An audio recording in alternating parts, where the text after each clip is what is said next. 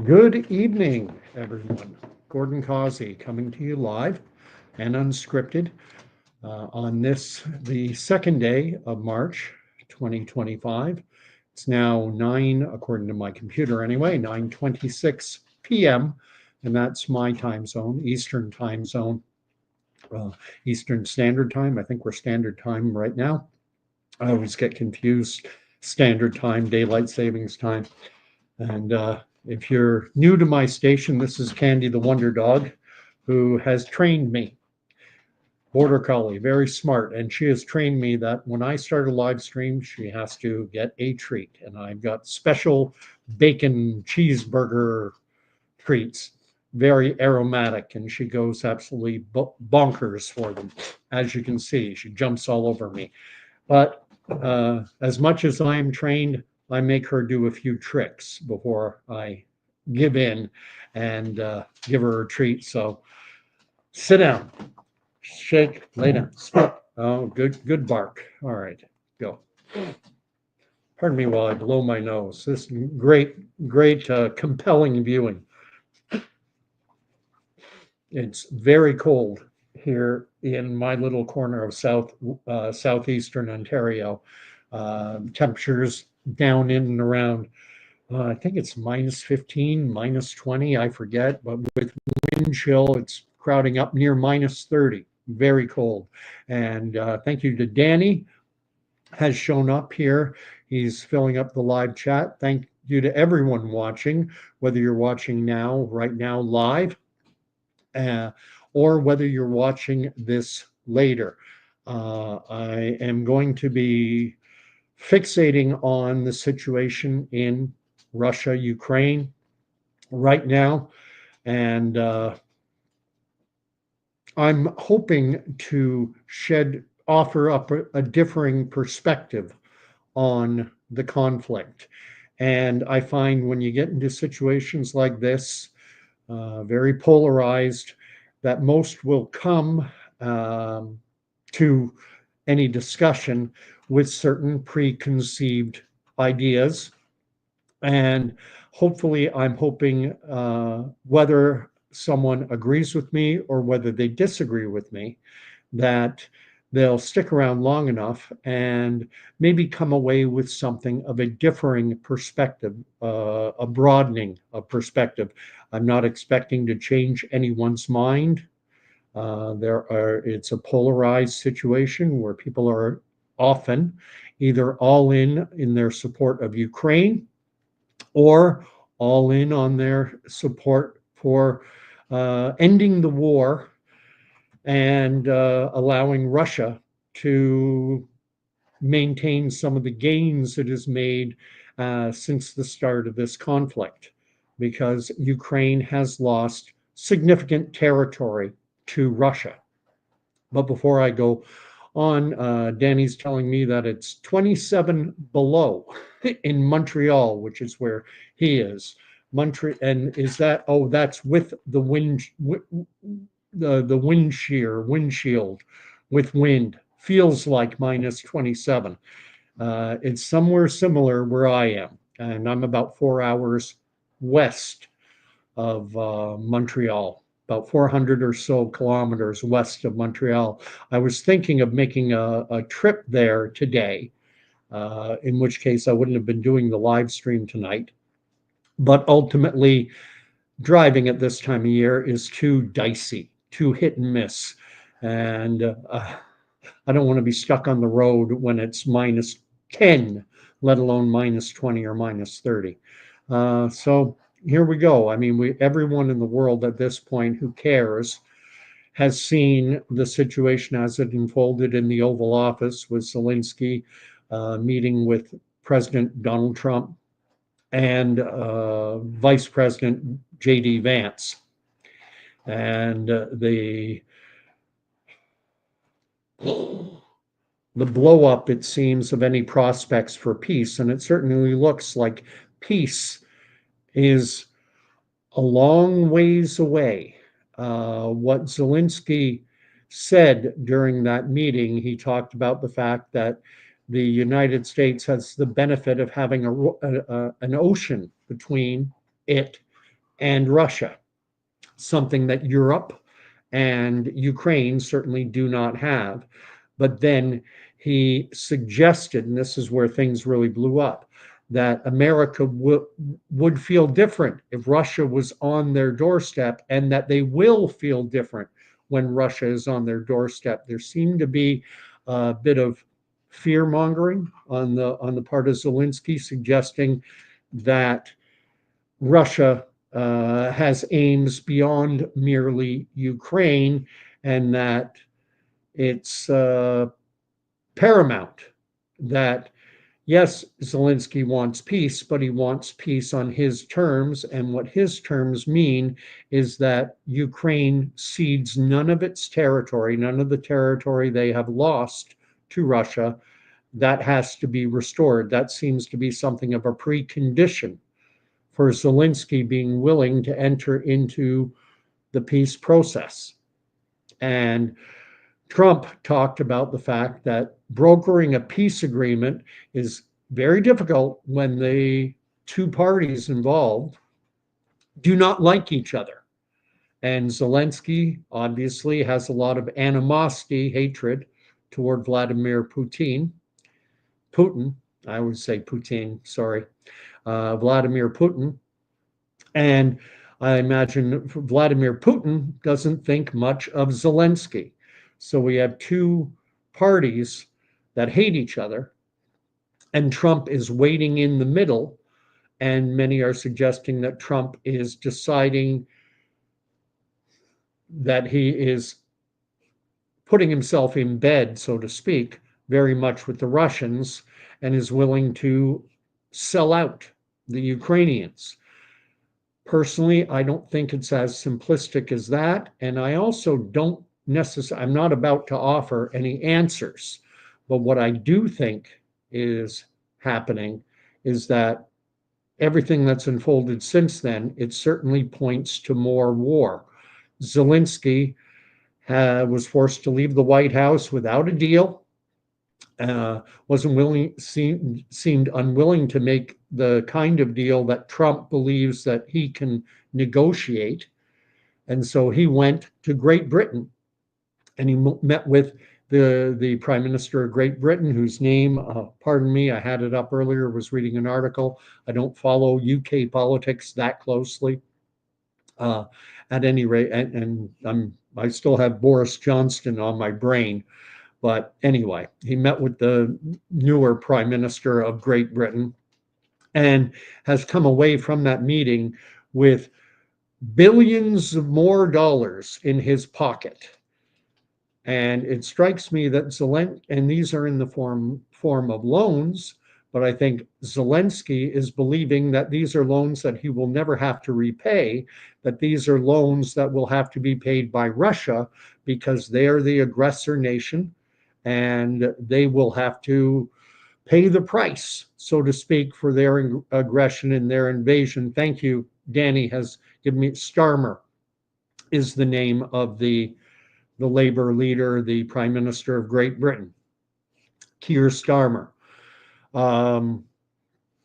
Zelensky seems to think that he's going to, be able to come away from this clean, and that it will be Russia paying the price.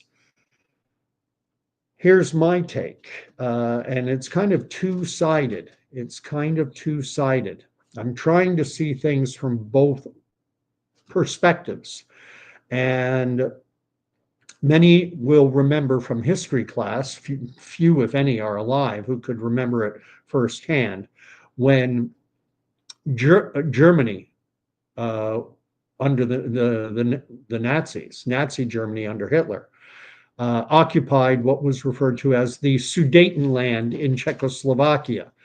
That Sudetenland had hundreds of thousands of German speakers or ethnic Germans who lived in the Sudetenland.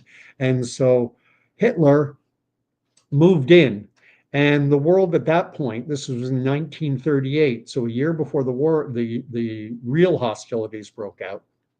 And Neville Chamberlain and his Minister of the Interior, they traveled to meet with the Germans. He met with Hitler, And he came back waving a piece of paper saying, I have secured peace in our time.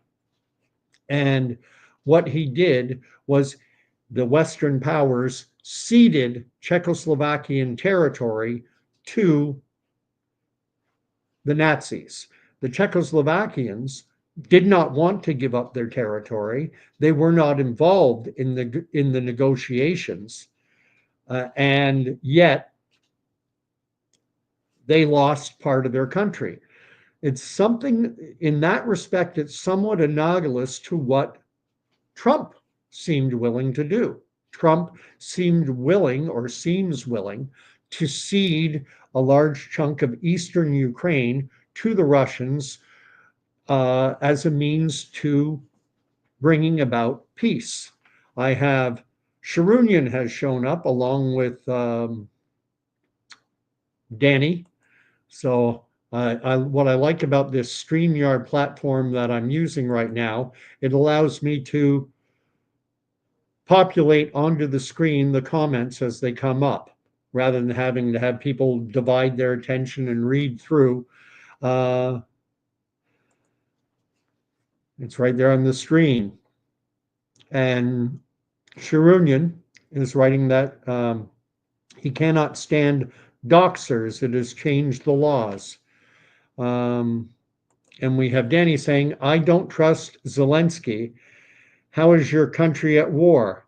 Yet he can attend US award shows, etc. Well, there's a tendency I find.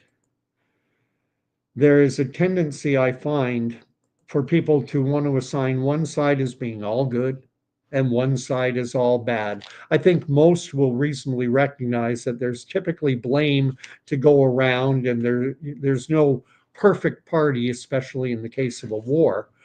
But typically what will happen is people will weigh in their own mind the pros and the cons, and they will assign one side will be the protagonist and one is the antagonist.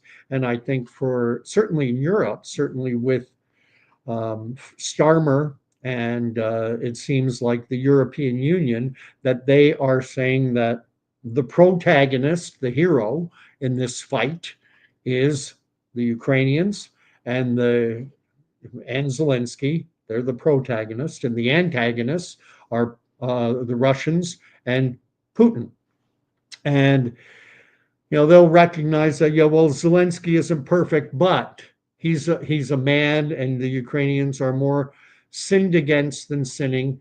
And those who support Russia, of course, and Vladimir Putin will play the same game and say, yeah, the Russians aren't perfect, but they are more sinned against than sinning. The one thing is, with this analogy I've drawn between the Nazis occupying the Czechoslovakian region that was known as the Sudetenland, and added that, and then it was ceded to them by the British, by foreign powers came in and basically took away part of Czechoslovakia and gave it to, sorry, but my computer just did something weird. There we go, got it back. The difference is that in the case of the Sudetenland, there was no war going on at that time. That happened at a time of peace. There wasn't. Now what's been going on is we have a war that's entered its third year. This is the third year. It was February 2022. We're into year 3, actually, of the Russian-Ukrainian war. And there have been, goodness knows how many people have died, how many people have been killed. And it strikes me that the Europeans, and certainly large members of the so-called progressive left, seem to have fallen in love with war. Their hatred of Russia supersedes their hatred of war. And so they want to see the war continuing. And now with Britain guaranteeing loans to the Ukrainians to the tune of billions of more dollars, and with promises of military aid. And there's talk now of even Western countries, Canada maybe, who knows? I'm ex military. Would I want to go fight for Ukraine when many Ukrainian men are fleeing Ukraine to come to safer havens like Canada, like the US, like Western Europe? They want to get out of Dodge. There have been stories in mainstream press, in CBC, CTV, Global, here in Canada, MSNBC, NBC, CBS, ABC, CNN, Fox in the United States, talking about the fact that the Ukraine's military has been going into nightclubs. They've been hitting the clubs to draft men, and I think the age they'll draft you right up till age 60, and they'll come in and grab guys out partying in Kiev or wherever. Incidentally, I pronounce it Kiev, the same way I pronounce, the way we speak English. I do not speak Ukrainian or Russian. So I do not pronounce words either in a Ukrainian or a Russian fashion. I pronounce them in an English fashion. Kiev. I know some have taken to adopting the Ukrainian pronunciation. Are we going to start? Are we going to start hearing about reports out about Deutschland, because that's what they call Germany in German? It's not Germany; it's Deutschland. If you're reporting on Spain, it's Spain, not España. Yeah, I find this very odd that we in the West have adopted Ukrainian spelling conventions. They don't even use the same alphabet that we use. And why, do we call it Paris or Paris? Still call it Paris. Just a little minor pet peeve of me. And I have Brett Skinner, and he's reminding us, he says, don't forget, it's your Prime Minister Trudeau. Brett is in Wyoming. That said, he is all about Ukraine. Oh, yeah. And we have or had rather, a deputy prime minister and a former minister of finance, and currently running for leadership of the Liberal Party, Chrystia Freeland. She's going to lose. She's going to lose to Mark Carney.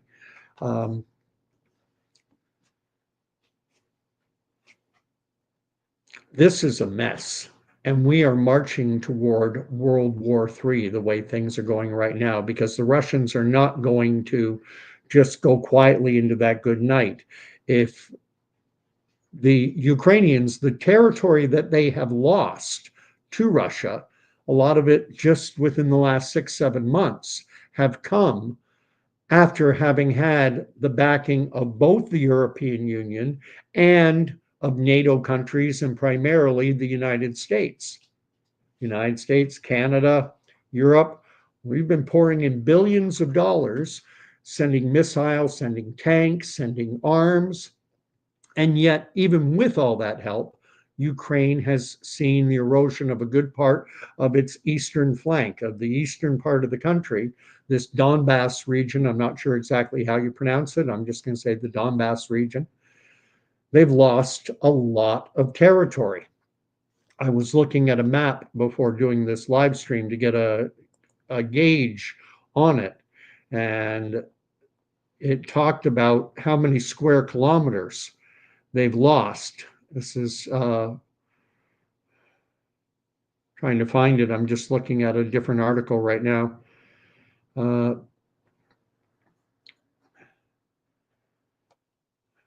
Russian forces have expanded the amount of territory they control over the past year, mostly in the east of Ukraine, but Ukrainian forces have made those advances as slow and difficult as possible and have staged counteroffensives into Russian territory. And I'm trying, they had it written down. I read, and I apologize for this, but hey, it is what it is. I'll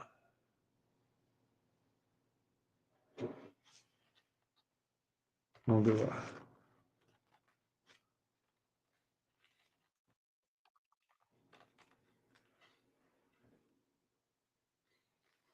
Yeah, they've advanced. Russian troops have advanced about 40 kilometers, 25 miles into west into Ukraine. Uh, and Ukraine is forced to withdraw from Avika, just north of Donetsk, in February of 2024 after months of fighting. Um,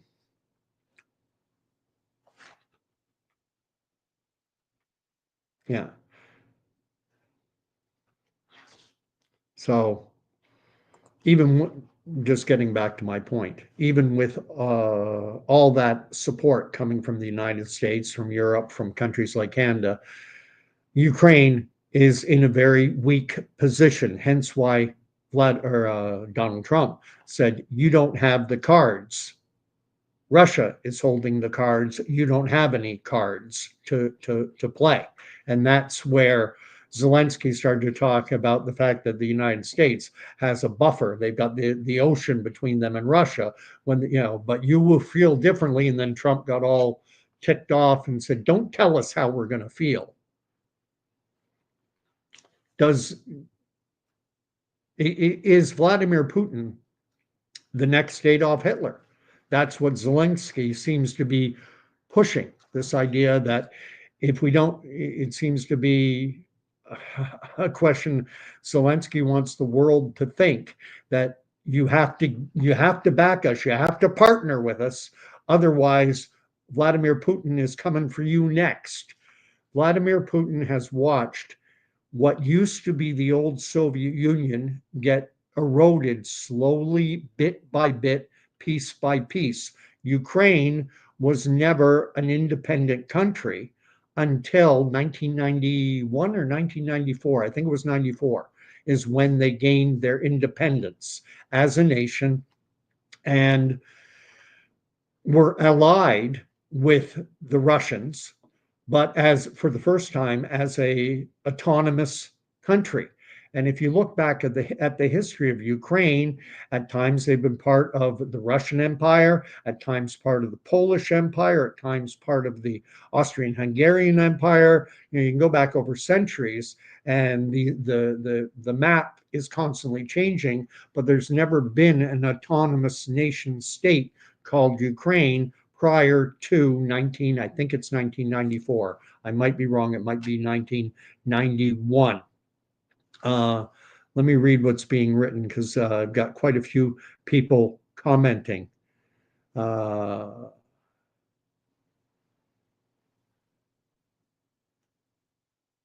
so what's Danny saying? He's saying, if I was a president at war, I would be concerned and concentrated on the conflict, not looking for photo ops. That might be a little unfair. What Zelensky needs is money, and he needs armaments. He needs tanks, he needs planes, he needs missiles, and he doesn't have them.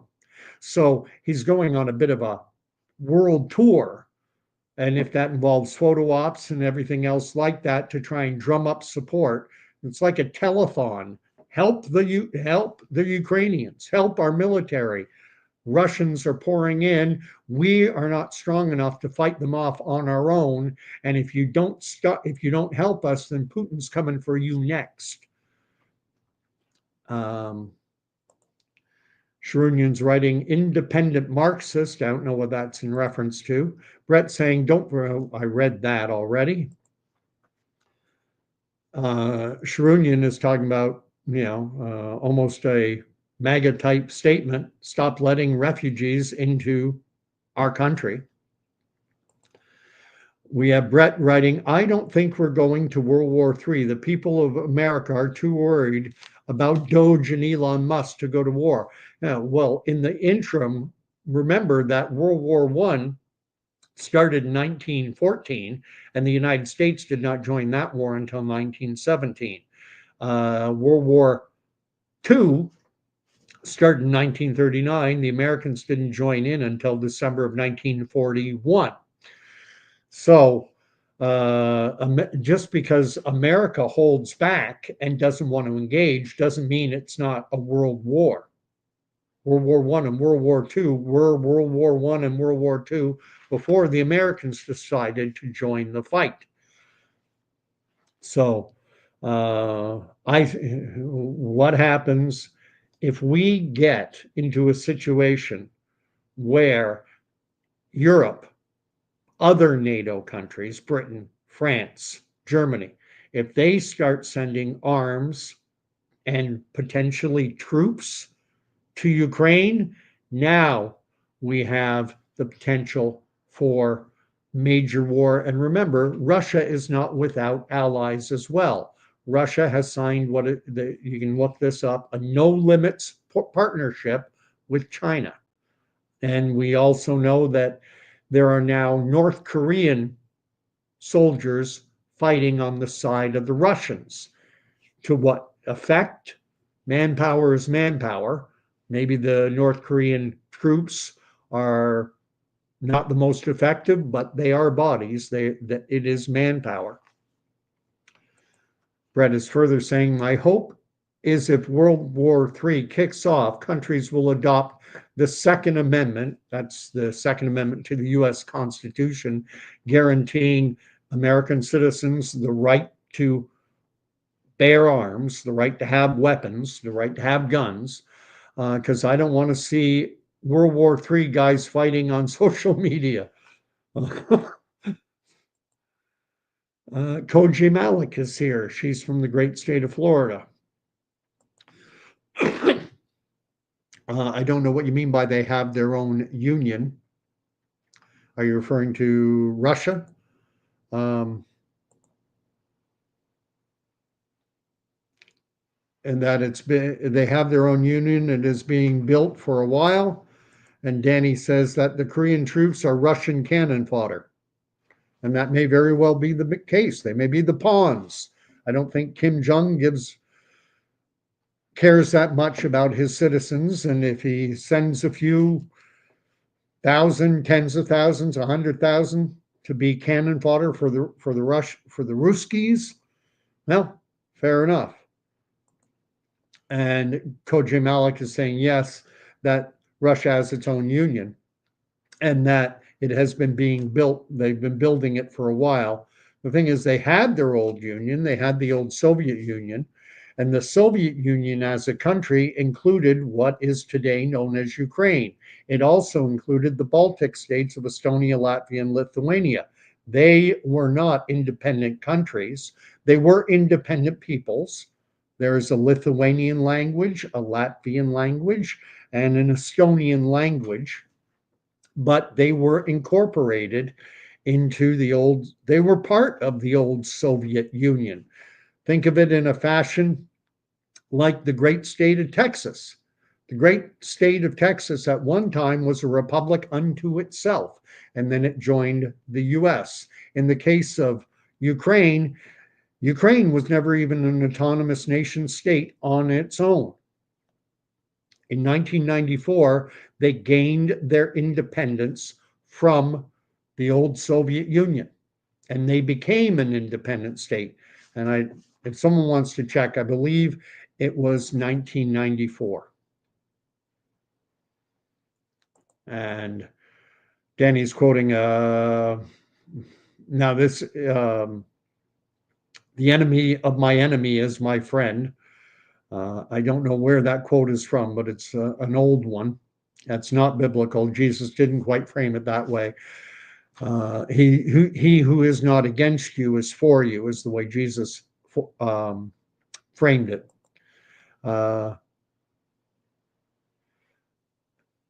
Koji Malik is asking me if, well, obviously everyone knows the story of the tortoise and the hare. Slow and steady wins the race. He who's out in front now. The thing is, this is a tough one. Brett is writing, asking thoughts on what does Russia do if UN country soldiers in Ukraine, if they launched an ICBM, an intercontinental ballistic missile.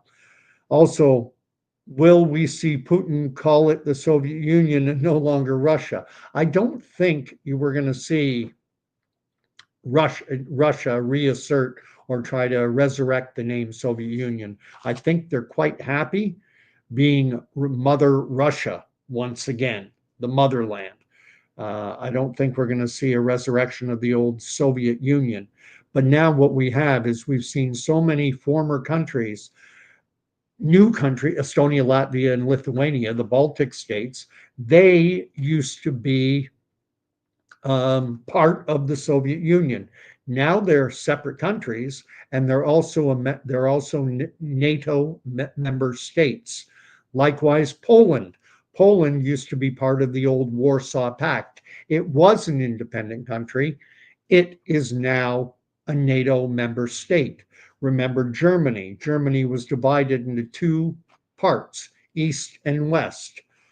And when the Berlin Wall fell and eventually East and West Germany reunited, Russia saw the loss of another Warsaw Pact ally nation state.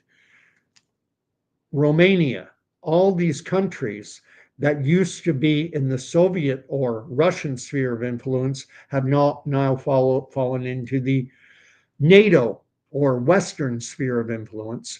And remember that NATO member countries have a pact that they've signed, and the pact is this: an attack on one is an attack on all. And I believe strongly that the motivating factor for Russia invading Ukraine was over their overtures to NATO wanting to become a member state, and then NATO agreeing and saying that they would fast track it. We'll get you in. Finland, a traditionally neutral country directly on Russia's border, on their western border, and directly it's on the western border of Russia, on the eastern border of Finland, large border, and Finland and Russia have gone to war. They went to war when it was the old Tsarist Russia. They went to war after the Bolshevik Revolution. And Finland has been a traditionally neutral country, non-aligned, not part of NATO. Within the last year or so, they joined NATO. So Russia is seeing NATO encroachment further and further and further, with NATO bases, NATO troops, NATO missiles starting to surround it. And I view Ukraine was the straw that broke the camel's back. And they said, no more. We're going to assert ourselves. NATO is not going to be in Ukraine, not on our doorstep. Now, there had been intimations, there had been proclamations by NATO member countries, by the United States, that NATO has no designs on the Baltic states, on Poland, on Ukraine. Never formal agreements. They never formalized and put in writing. These were pronouncements, and each one of those pronouncements has been reneged on. Now, can you renege on a pronouncement that isn't part of a formalized deal? You can start to lawyer up on questions like that and say, well, we didn't renege because there was never a formalized agreement. We never put it in writing. Okay, fair enough. But how are the Russians going to look at that? How is Vladimir Putin going to look on that? How is he going to feel about NATO troops, bases, missiles being in Ukraine? How would the Americans feel if we cozied up to China or some foreign power and then put military assets on our border with the US, or if Mexico did? Would we expect the Americans to go, oh, well, that's fine. You can do what you want? I think that would be naive. So I've got Brett saying, what does Russia do if a UN country, if UN member nation states, or rather even NATO countries, are in Ukraine, and if they launch an ICBM? This is what I'm talking about, the potential for World War III to start. Trump had an idea, and his idea to stop the war is Ukraine, you give up some of the give up the territory you've already lost that you couldn't defend, even with all the help you've gotten from us and from your other allies. Give that territory up and let's get a peace deal. Then the US, we will sign a mineral agreement with you. We'll send our companies, our workers, our citizens into your country. That'll give you security. And Zelensky said, no, because I want the territory that we've lost back. And you've got to partner with me. He kept referring to the United States as a partner. Yeah, if you want to be a partner, fair, but Ukraine, you are very much the junior partner. You don't get to call the shots when you're not paying the bills. And these are promissory notes that Zelensky is accepting, like from Europe, $4 billion more. And these are loans. And Zelensky, I believe, is under the misguided notion that he's going to win the war, that Russia will be defeated, and then that Russia will have to pay back the loans. Well, you couldn't beat the Russians, even with all the backing you have had. And now, this is a bad situation. Koji Malik is writing, and this is very true, and this is one of the lessons written in Sun Tzu's The Art of War. Never underestimate the enemy.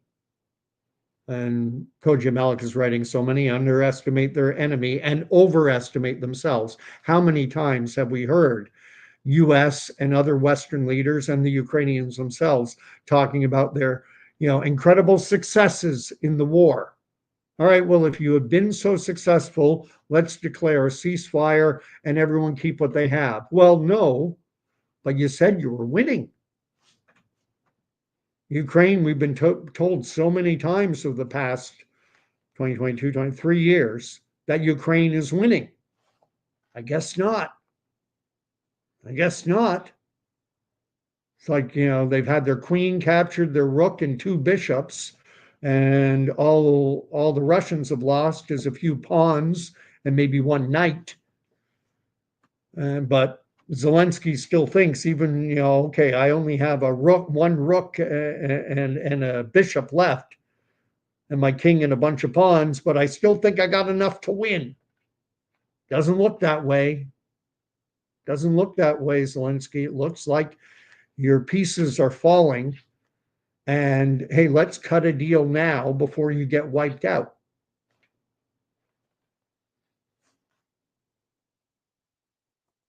Okay, it says, Danny's writing that Ukraine declared independence on August 24, 1991, and that their constitution was created in 1996. So I think my 94 date has some validity to it, but I don't know. That's probably why I have both dates in my head. Just because you declare independence doesn't mean you've achieved independence. The U.S. declared independence on July 4, 1776, but they didn't. The war of independence was not won until 1783. So when did the United States achieve its independence? I would argue, or I would say that you can make the argument that they didn't achieve their independence or full independence until 1783, when Britain said, okay, you win. We're not going to fight over it anymore. Koji Malik is writing out, the enemy of my enemy is useful, but not my friend. That, I think, is a better way to look at things. Keep your friends close, keep your friends close and your enemies closer. Hey, Hank Holiday is here from the great state of Texas. I'm getting so many Americans coming on. Brother Gordon, Brother Hank, and chat. So many comments. Everyone saying hi to each other. Brett saying World War III isn't a war when nukes launch. That's the end of days, hence no World War III. Could we have a war, a conventional war? That's what we've been having. There have been no nukes fired in the Ukrainian Russian war that I'm aware of. And there's certainly been no reporting of nuclear devices being used, even in a limited fashion. Um, I think there's potential for this to spill over and it can become a fight between Russia and NATO, and then China gets involved, and it can be a conventional war without nukes. The scary part is, at what point does a nuclear armed side that is losing, decide, all right, we'll start with limited nuclear activity. And then, but things could go on for a protracted period of time before it reached that point. The world, the nature of war has changed with drones and missiles and asymmetrical warfare and espionage and terrorism. And there's so many different aspects to war than there used to be. World War II, rather World War One. Your troops here, my troops here. We dig in the trenches, and we venture out into no man's land, and we try and seize territory, boots on the ground. And then there was artillery, of course, in World War One, and a lot more artillery in World War Two, and air power became vastly more important in World War Two than it was in World War One. But now we're at a different stage entirely, where air power, now we're dealing with F-35s that can make practically right-angle turns in the air, that can travel at hypersonic speeds, and can deliver ordnance like bunker busters that'll destroy infrastructure buried 70, 80, 100 feet below the ground. The world is a scarier place now without even having to think about the nuclear question. Zelensky is Danny is of the opinion that Zelensky is delusional. And I don't know if he is or not. I mean, to be fair and to give his arguments some credence, if Vladimir Putin is successful, let's say they negotiate a peace agreement. Let's say Trump is successful and he says, okay, you can keep the Donbass and the parts of eastern Ukraine that you've seized. You can have that. Well, does Putin then say, maybe I can get more? Maybe I can get Poland. Maybe I can get Poland back. Maybe I can get the Baltic states back. That gets a little more problematic because Poland and the Baltic states are NATO allies, and an attack on one is an attack on all. We've almost been treating Ukraine as a NATO state by the amount of money that's poured in and the amount of armaments. And both the US and Britain have now supplied Ukraine with long-range ballistic missiles that can reach deep, hundreds of kilometers deep into Russian territory, and they have been used. We've almost had pretty much, one could possibly argue that Putin is showing restraint by not launching attacks on NATO member states under the guise or under the belief that, hey, NATO attacked me, I can attack them. Putin has said, the Russians have said, that supplying Ukraine with these long-range ballistics that have been fired, that constitutes a declaration of war by these NATO member states on Russia. But Russia has not responded yet. Does Russia have the capacity to broaden the scope of the war and to take on all of NATO? I don't think they do. But again, remember that Russia has also signed a no limits partnership with China. And we don't know, this is a question mark element, to what extent does that no limits partnership go? Is it truly no limits to the extent that it would mean in the case of a war that China would back the Russians? Do we really want to find out? Is another question. Talk about the potential for World War III. I'm going to keep going through the comments. Brett is writing that it is a sad day when we have to say that he is merely trying to protect his people, just as Republicans never want to be under democratic control. It's an interesting analogy.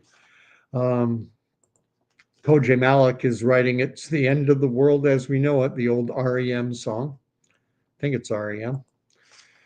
Brett is writing, Russia has drawn its red line on U.S. and national weapons, and they will use nukes. Yes, and they did. They changed their doctrine. They changed their doctrine with respect to the use of nuclear weaponry.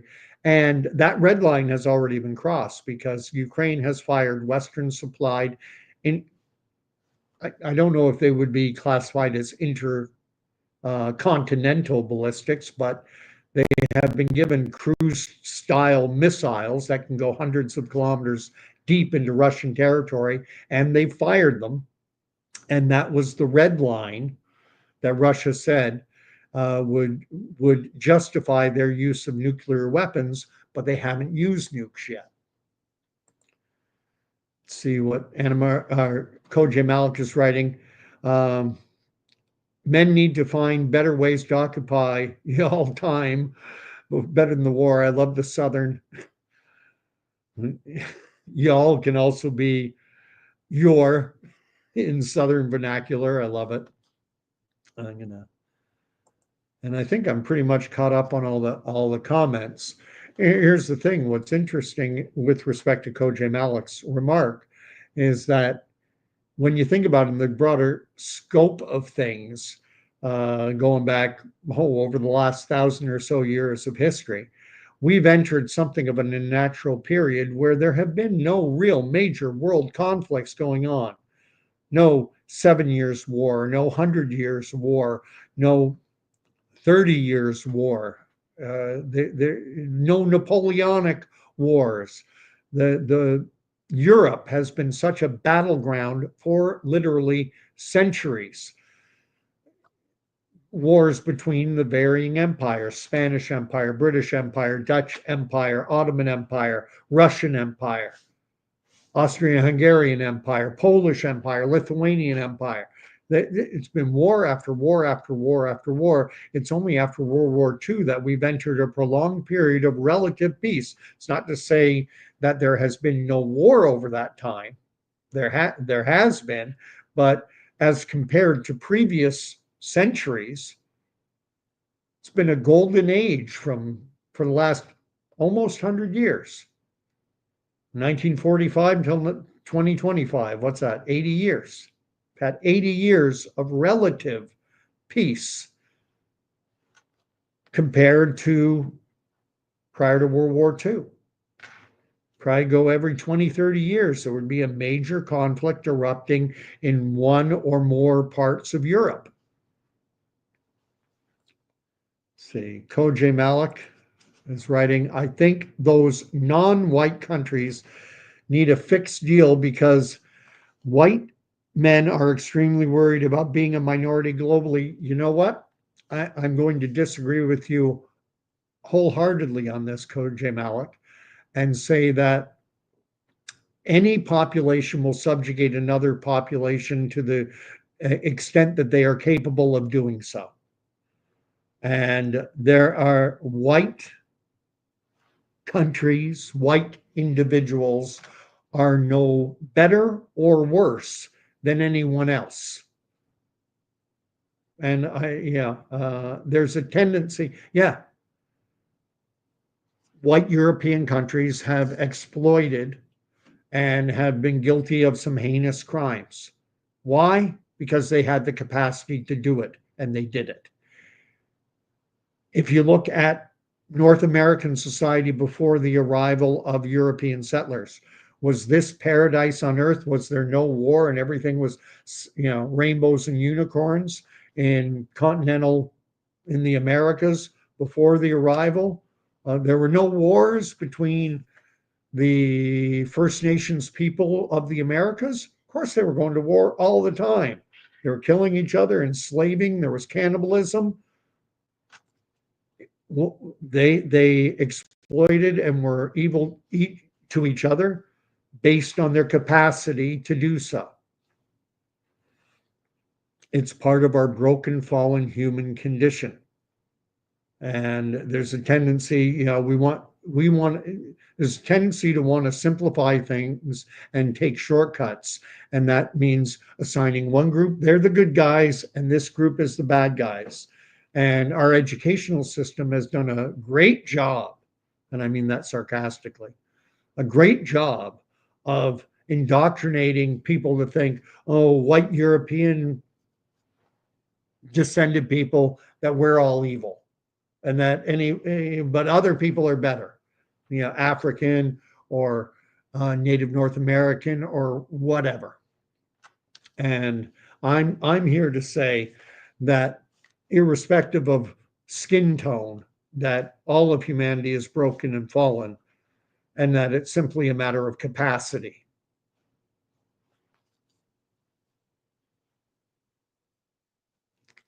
Uh, I'm just going to try and catch up.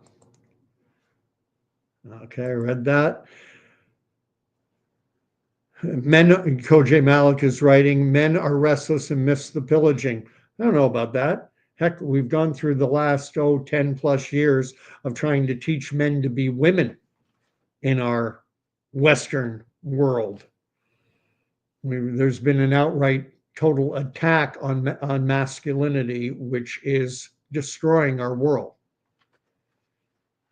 You look at the world we live in, we have been living at the best time in human history. These last 80 years, we've reached a pinnacle of technological, scientific, and architectural wonder, and advancements and prosperity. The world has never been better than it is right now. And now, because it's not perfect, every flaw in the system, and I'm not saying, and I'm not suggesting it's perfect, I am suggesting that if you're living in the Western developed world, and have been for the last 80 years, you've lived in the best time, no matter what group you're part of, whether you're black or white or gay or straight or whatever. There's never been a better time to be alive than the last 80 years in the Western world. Not perfect, but would you rather be living in North America prior to European colonization and going to war, Iroquois against Ojibwe, or Pawnee against Sioux, or Cherokee against Choctaw, and enslaving, cannibalizing, with no running water, living in a teepee or a longhouse? Anyway, Brett says, broken, fallen human condition worded perfectly. Thank you. I don't know if I was perfect in my wording, but there's a tendency to want to assign one group as, the oppressors. These are the oppressor class. And, and to teach white kids in school that all of a sudden they're responsible for all the ills of the world, and that they get zero credit for any of the good things in the world. You're only responsible for the bad things. When I was in the late 70s, about 1976, 1977, this idea of building up a child's self-esteem came in. And then over the last 10, 15 years, they've started to say, well, we want to continue to build kids' self-esteem unless they're white kids. Then we're going to tell white kids that you're the reason the world is a mess right now. It would be perfect if it wasn't for you. And that is such a negative message. It is so racist. We are all God's creation, and we all have fallen short. I gotta get, we are all God's creation. Black, white, whatever. Every one of us. And we are all broken, fallen. Man. And I don't want to come across sounding like, whites are better than blacks, because we're not. We're not better, but we're also not worse. We're both broken. We're both fallen. We both need salvation. Now I have Koj Malik writing, I don't know about Africa, but in America, black people minding our own black business. Trump's Trump and white men in a tizzy because white people will be less than 50% of the population by 2040, 2050. That might be the reason, that might be part of the rationale behind Planned Parenthood and Margaret Sanger and, setting up abortion clinics in predominantly black areas. That might be part of the rationale. I mean, eugenics has been around and it's popular. And there are a lot of individuals who still adhere to the that breeding should be selective, that humans should be bred in much the same fashion that horses and cattle are bred. And that, this idea of, selective breeding to ensure diversity and fitness and getting the best. That's not God's plan. That's satanic. And Koj Malik is saying everything happening in America today is about race. Now, I'm not an American, just to be clear. Anyone just jumping on now. I'm a Canadian who spent close to 10 years growing up in New York, New Jersey, and Oregon up until I was in grade 6. The majority of my growing up up until age 12 was in the United States of America. So I have a degree of understanding, a degree of American sensibility, but not, certainly not like Koj Malik or Hank, who's down in Texas, or Brett, who's in the great state of Wyoming. I don't know what it is. I loved Wyoming when I was out there. I just love wide open spaces. I love big sky. Wyoming, Montana are incredible.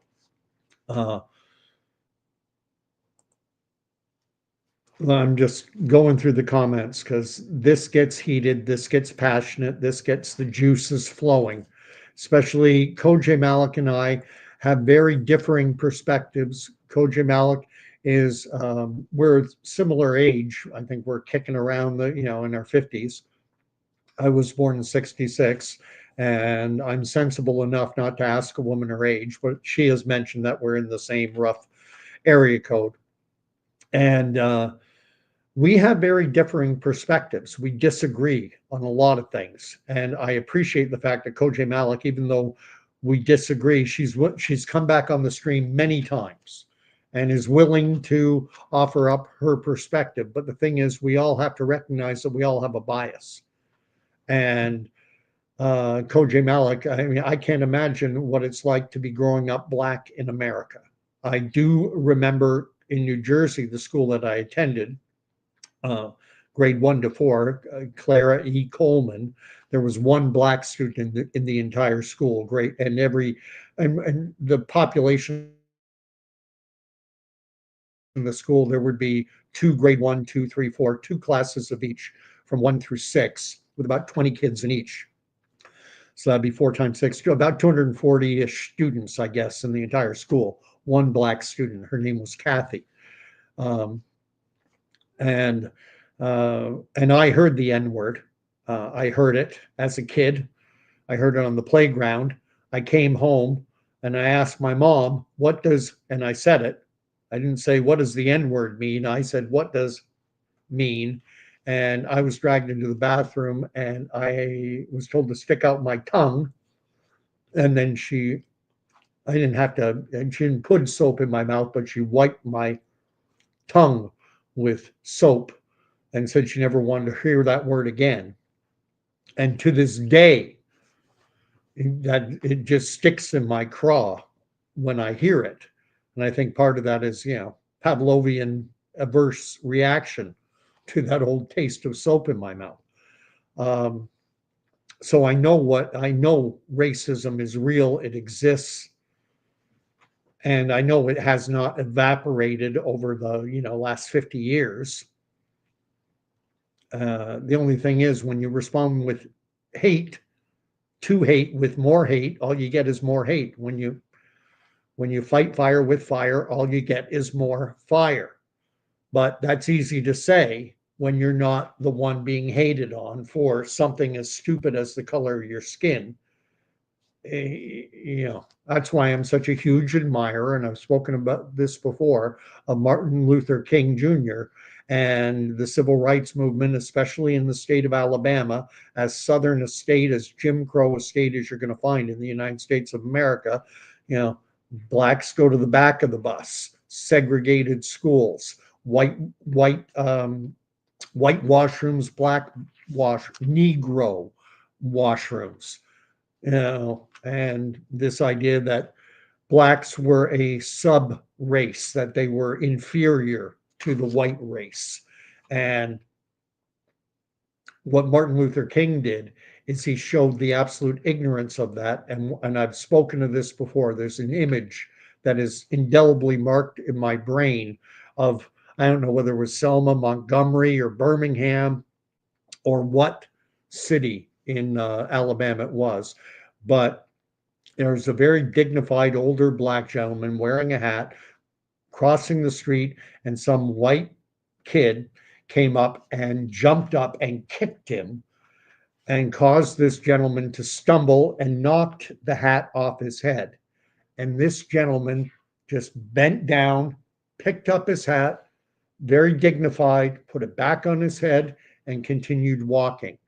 And that image, or that video, that film, I think did an enormous amount of good to show the absolute ignorance of racism. And it helped. And Martin Luther King did not believe in responding to hate with more hate, to responding to violence with violence. He believed in nonviolence.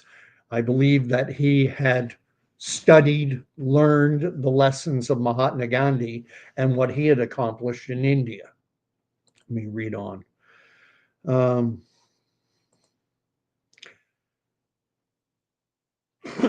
Danny's writing, according to today's standards, I raised my son as a toxic male. What the hell is wrong with society at large? That's an interesting thing, is that when you go to Eastern Europe, Ukraine or Russia or Slovenia or Czechoslovakia or any of the former Balkan states, what used to be Yugoslavia, when you go into Eastern Europe, men are men and women are women.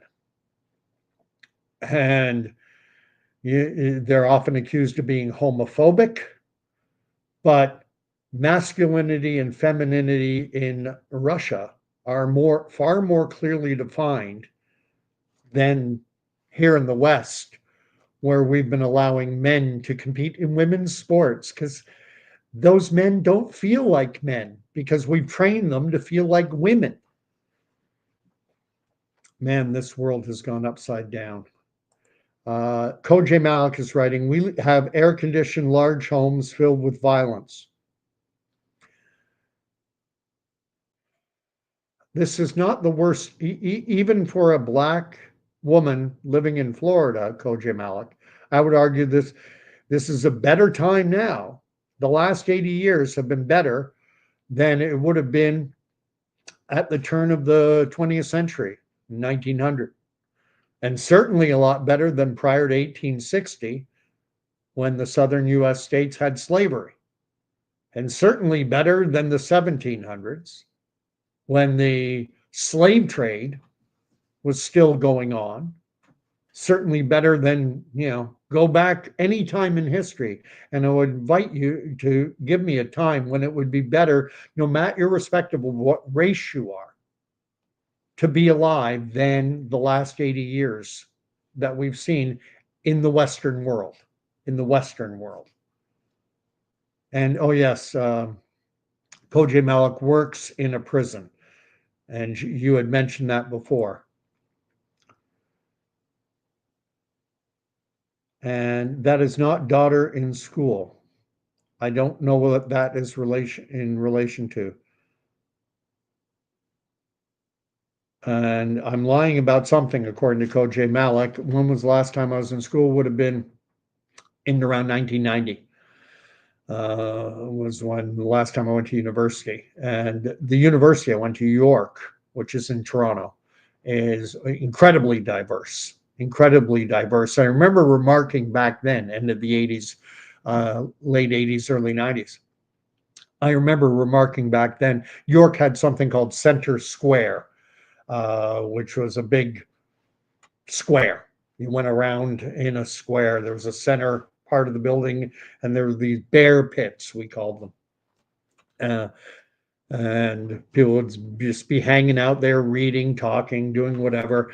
And at the beginning of school in September, during what we call Frosh Week, the center square was lined with, there was the African Student Federation, the Chinese Student Federation, the uh, Jewish Student Federation, the Muslim Student Federation, and the Filipino Student Federation. There must have been a dozen different student federations, and most of them were based along nationalistic or racial lines.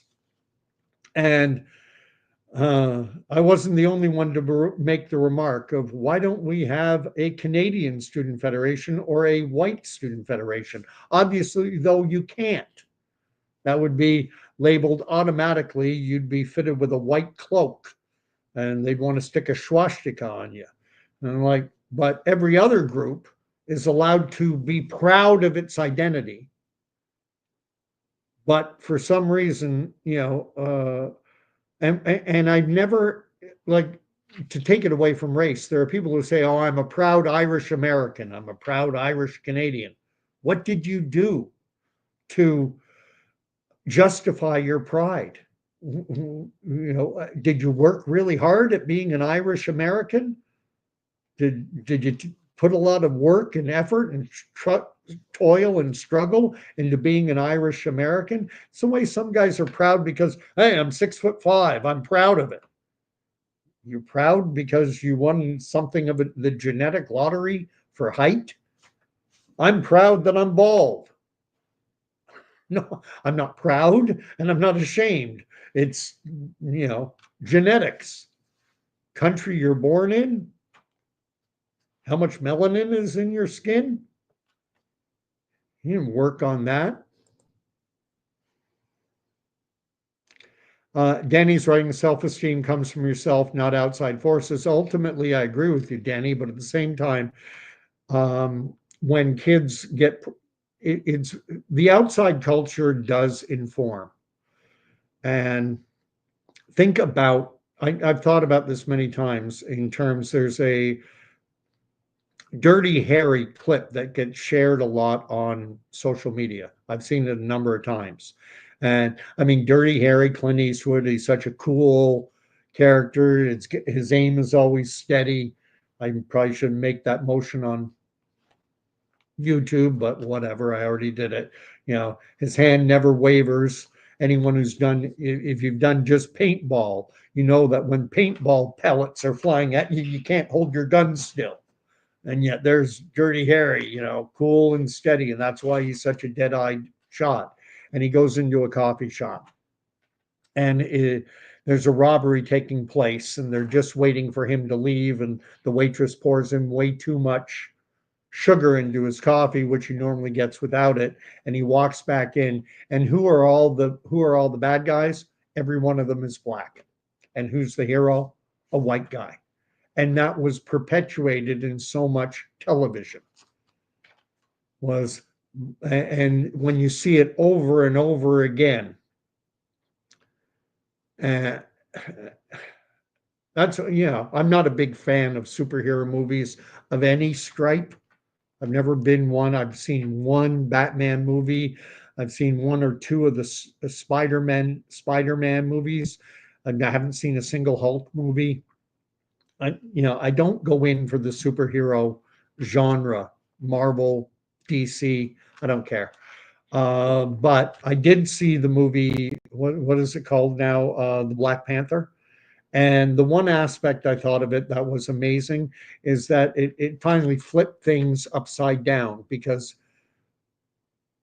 A black individual can be as prone to being the good guy or the bad guy as a white guy. Makes no difference. There's a lot wrong in this world. And, we can certainly get better, but we're not going to get better if we want to tear down the good and the bad. Koji Malik's writing, they make so many lies. When they have sex education, they send home permission slips and parents can opt out their kids and they lie about it. I know that this kind of communication isn't always the best.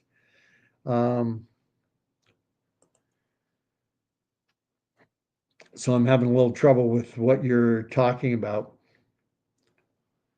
Danny's writing, it is called self-esteem, isn't it? Yes. But that the impression one has of the self is often informed by parents, friends, school, the outside culture. And media plays a big role in building up self-esteem. And just to put a fine point on this, I guess it would have been about 2021 or 2022. It's a young man who I've known for years, Josh, amazing kid. I say kid because he's probably now he's older. He's probably 25, 26, 27. But when I first met him, got to know him, was 5 years ago. And he's probably about 22, 23 at that point. So that's why I call him younger. Anyway, young man. And what happened was at my church, I organized a men's basketball night with the intention of it being an outreach for the community. And it was open to people from my church. I went to the Pentecostal church in town, and I know the pastor. I go to that church, the Pentecostal church now, but I didn't back then. And I told Glenn, I'm doing this basketball thing. Can you make it open to any guys at your church who'd be interested, 16, 17 and up? And he did. And Josh was one of the guys who came, young guy.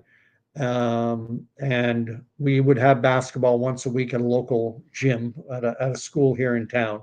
And we'd pray before we played. And Josh, I often tapped him and said, Josh, you lead us in prayer, because he's just one of these guys, you feel the spirit coming off of him. Wonderful, wonderful young man. And so we became friends that way. And then Josh has there's a campground here where Josh has a trailer, and they have a basketball court. And Josh invited me to go down and play basketball with him. And we were having some basketball down at the court. And this young kid, probably about 9, 10 years of age, came along. And this is a predominantly white area. And this kid said to Josh, you're black? And Josh was like, yeah. And he goes, blacks used to be slaves, right? And he said it in not a nice way. And I was quite literally gobsmacked. I could not believe that in the year 2021, 2022, whenever this happened, that a kid that age would say something as insensitive as that. And the kid had said it. My dad told me that black people used to be slaves. And it was said, and I could tell it threw Josh off as well. Here we are, 2021, 2022, and people are still talking this way. And, I didn't know what to say to the kid. And Josh, he wasn't talking to me anyway, but Josh just said, yeah, that's true. And then the kid went away. And I was thinking, dang it. Later, I thought, dang, I missed a chance. I missed a teaching moment. I could have, opened that kid's eyes, maybe, made him see things. What's your background? Do you know where your ancestors are from? But whatever, it was a missed opportunity. Let's see, I'm going to wrap up.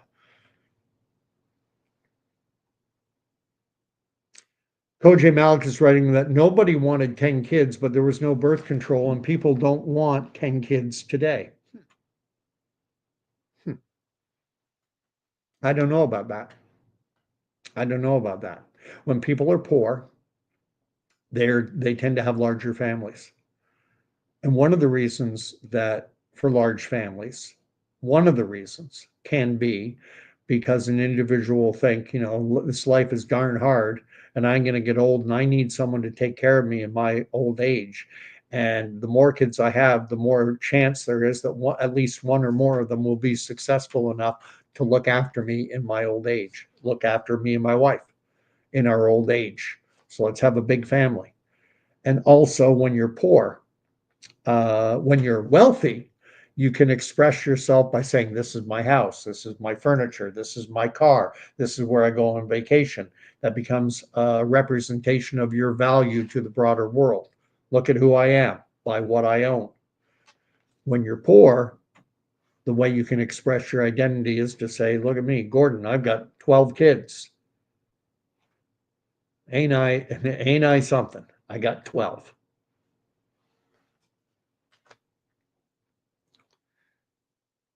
And Koji Malik is giving up. Uh, I'm 50 and this black ain't cracking. That's I first came across that line. I'd never heard it before. I'll tell the story. What the heck? It's my live stream. I was a kid. I went to high school with Nigel. Uh, I ended up much later in my adult years working for his dad, Winston. And Winston had me over to his house one time. And Winston was kicking in and around, he was early 60s. It was like 62, 63, something like that. And I went over to his house, and his wife was there.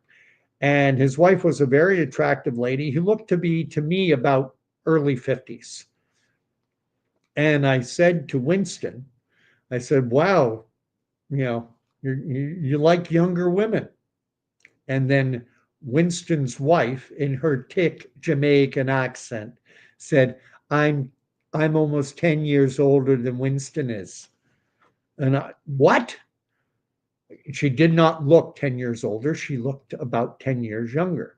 She was like early 70s, and Winston was early 60s. And I went, you're 10 years older than Winston?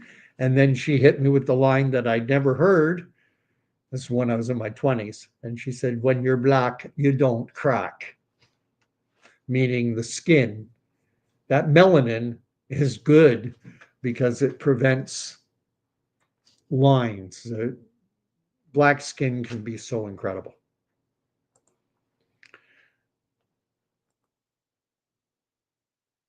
Sharunian saying the internet is a scary place.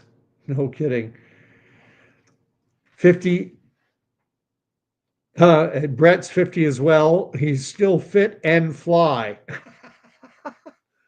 Oh, pretty fly for no, I don't really care. But Brett, there are names that you tend to think of as being more prototypically white. And Brett is one of them. I've never met a black guy named Brett, but I'm sure there is. Let's see. Why is this all turning into race? Danny's writing with reference, I'm sure, to my tale about in Alabama, the guy who got kicked and just simply picked up his hat and continued on and didn't respond, didn't stoop down to the level of the white guy, saying that black gentleman showed the true worth of a man. Amen. Koj Malik says, I sit with white women in my state capital testifying she couldn't hear from one ear from her respectable husband, First Wives Clubs using food stamp cars. Okay, I don't know what to make of that. Danny's writing, kids in Russia and China learn to dismantle and reassemble AKs. Here we learn how to use the proper pronouns. Yeah, I mean, Western world, we don't getting back to the subject line of this, we do not understand the Russian or Ukrainian mentality. And peace is not going to come to that part of the world. The only thing that might bring about peace is if if we leave them to their own devices, Ukraine will get overrun. The only reason Ukraine has been able to stay in the fight as long as it has is because the West has been writing checks and sending tanks and sending planes and sending rockets and sending missiles and propping them up. And they've been able to withstand the Russian onslaught. They haven't taken any territory from Russia. That's why Zelensky doesn't want to deal. He doesn't want to deal because he's going to have to, the way Trump is proposing it is the gains that Russia has made, by and large, Russia gets to keep them. And Zelensky, he wants to continue prosecuting the war until Russia is in the weak position. And good luck with that. Good luck with that, because it's not going to happen. Okay. I know, Koji Malik, I think you and I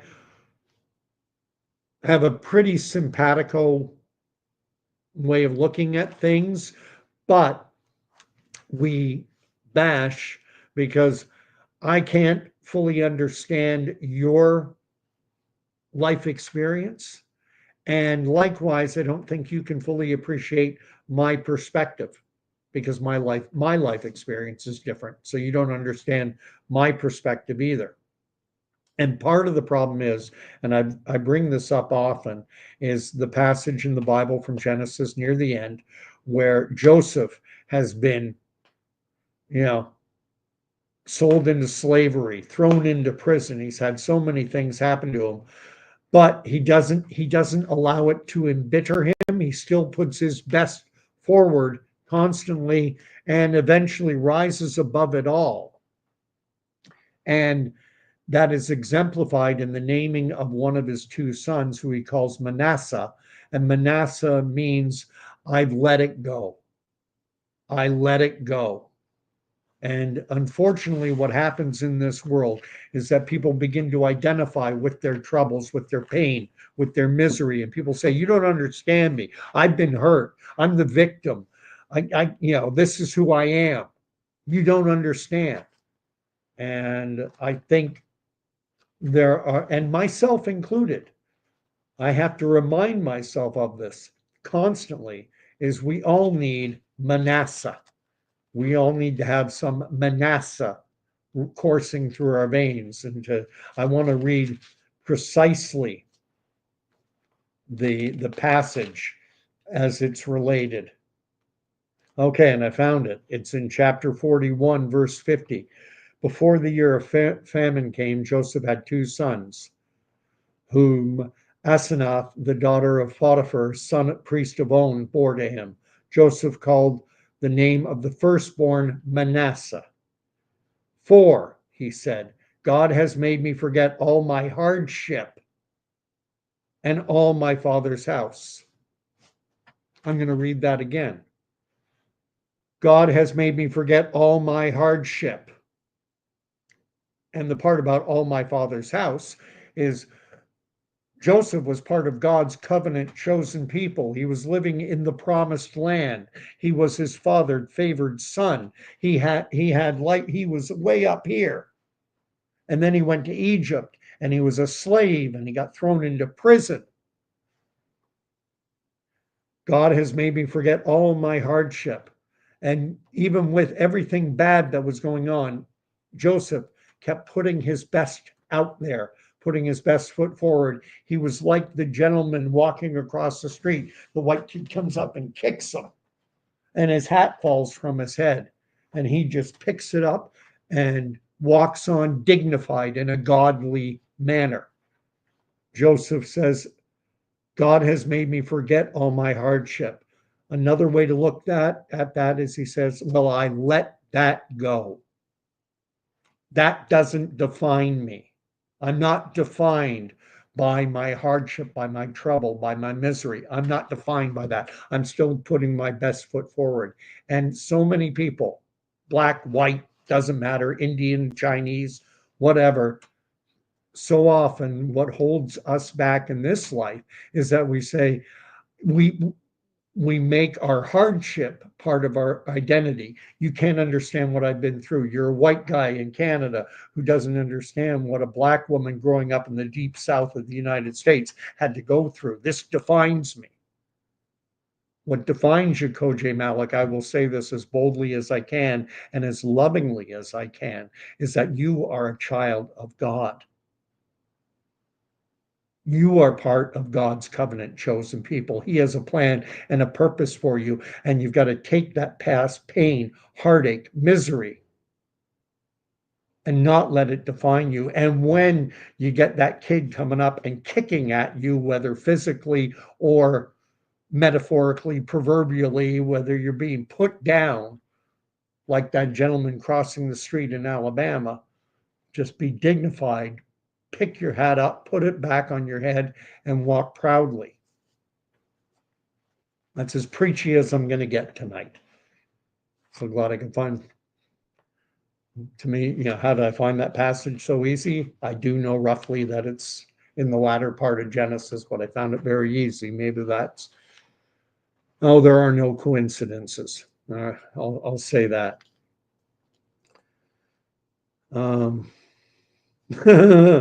Danny's writing about, you got the gay student federation at colleges and universities and even high schools probably now, and the lesbian student federation and the trans student federation. Well, how about the straight student federation?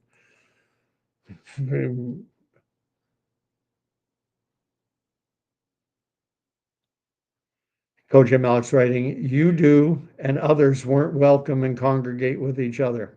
Segregation is still around and it's disgusting.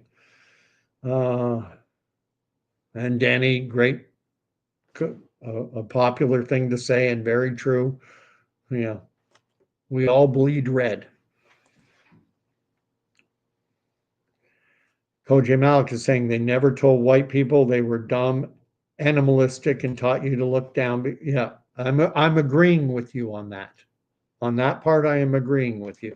That's the one thing. I'm not a big fan of Barack Obama legislatively, but the biggest impact I think his presidency had is I think it was important, especially for youth in the United States, Black youth, to look and see a Black man. And I don't care if he was part half, if he's mulatto or whatever the term is. Barack Obama, you look at him and if you walk down the street, 10 out of 10 people are going to say there's a Black man walking down the street. And now he was president of the United States. And I heard an interview with Charles Barkley, famous Hall of Fame basketball player for Philadelphia and Phoenix and maybe another team or two, I don't remember. But he said that when he would go to a Black school, a Black predominant high school, and ask, how many of you guys want to grow up to be an astronaut or a scientist or a doctor or a lawyer, this or that, then only a few hands would go up. How many of you want to grow up to be a professional athlete? And especially with young men, it was like 70-80%. Because where did Black men in particular see the most successful representation of young Black men? In the NBA and the NFL, in Major League Baseball. Having Barack Obama as president of the US, I think, was, the optics of it were very good. I don't know what else to say on that.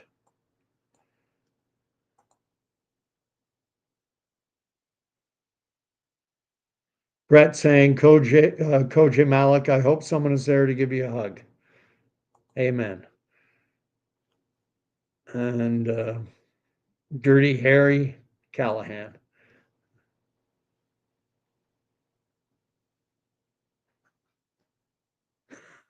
Oh, quite. Koji Malik is writing that they will say a Black person is articulate if they speak well, as if they are, as if it's an anomaly, as if this is something strange. I'll tell you something.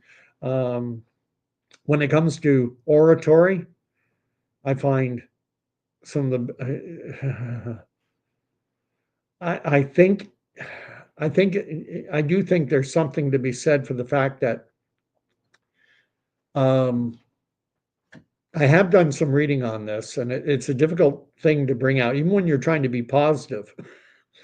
You don't want to you want to say things right, and the simple fact of the matter is the history of Black Americans obviously is divergently different from that of white Americans, broadly speaking.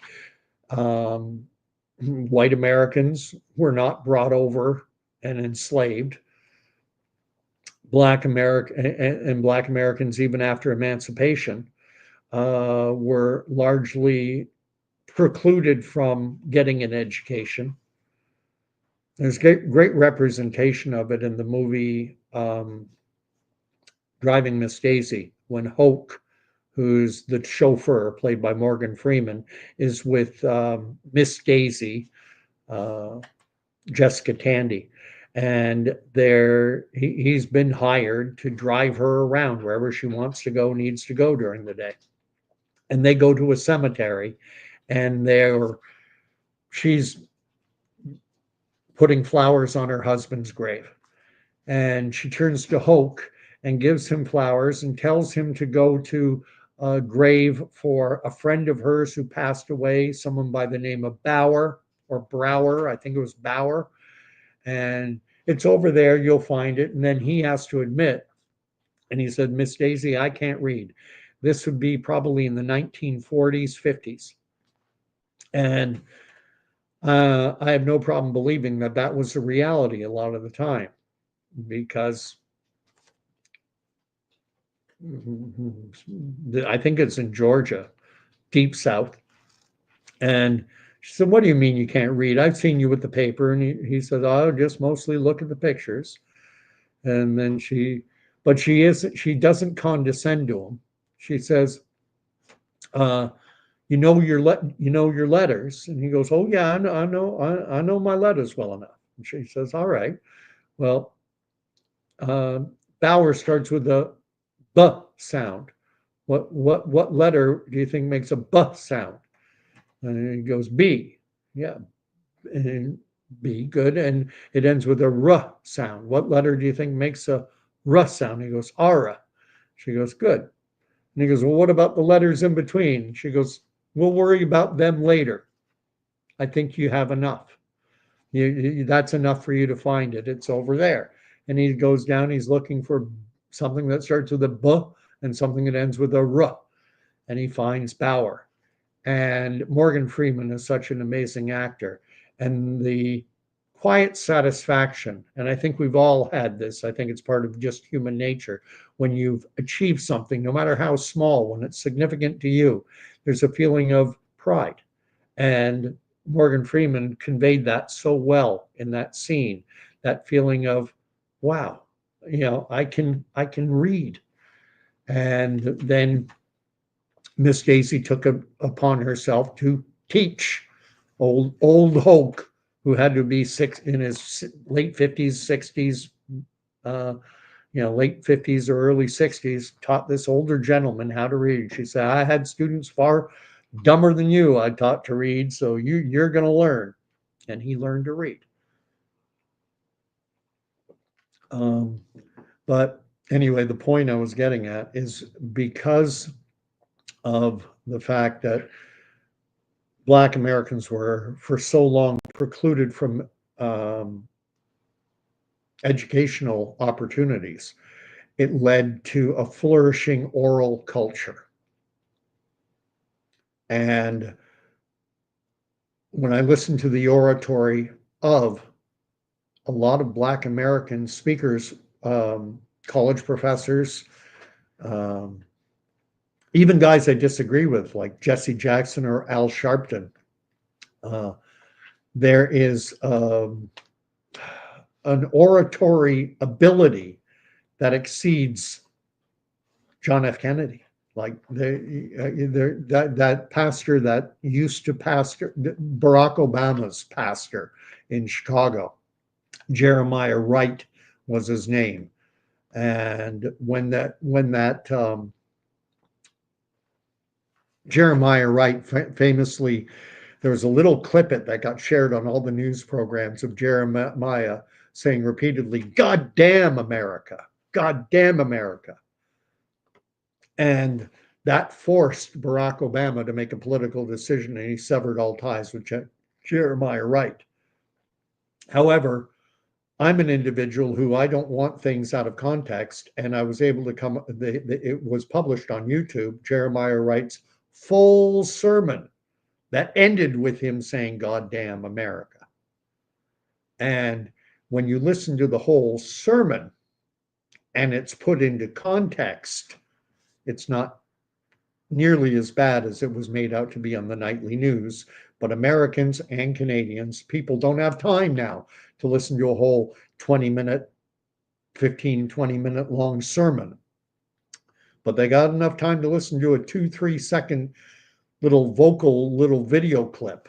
And so, and Jeremiah Wright, the point I'm getting at is he one heck of a preacher. Vodi Bachman is another amazing preacher. That bit I was talking about, Manasseh. I have nothing new. There's nothing new under the sun. That's what Ecclesiastes teaches.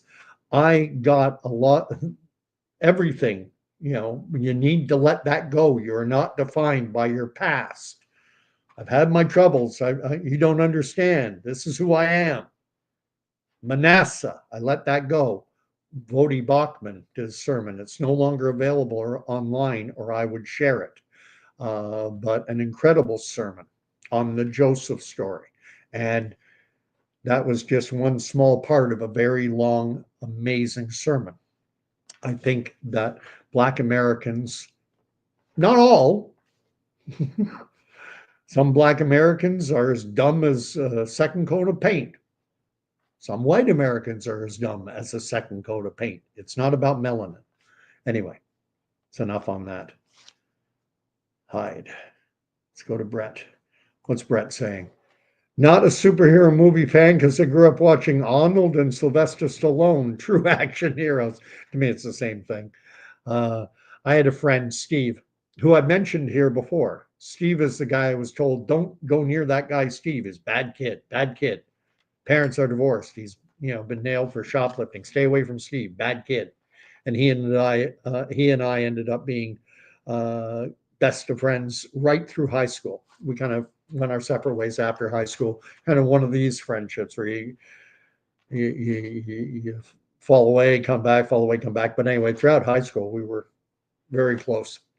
And he started dragging me. I saw Conan the Destroyer, the second one in the Conan series. And he took me, and we saw Over the Top, which was a Stallone movie. And we saw Commando. Remember I said I would kill you last? Yeah, that's right. I lied. What happened to Sully? I let him go. I was not a big fan, but Steve would drag me out to all these movies.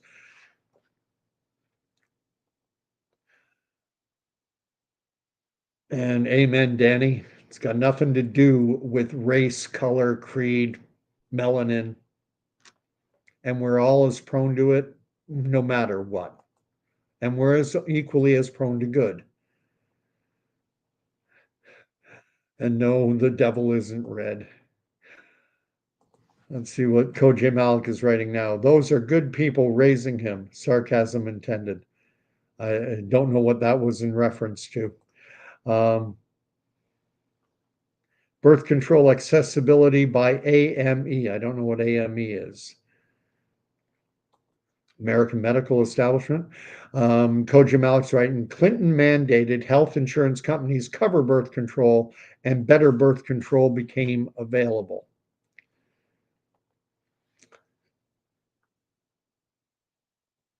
And he didn't want to be lynched.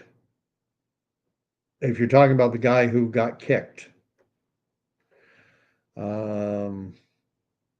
That was one thing that Martin Luther King, you got to remember, there within the Black civil rights movement, there were two competing ideologies. There was the ideology of Malcolm X and the Black Panthers, which did actually call for armed resistance.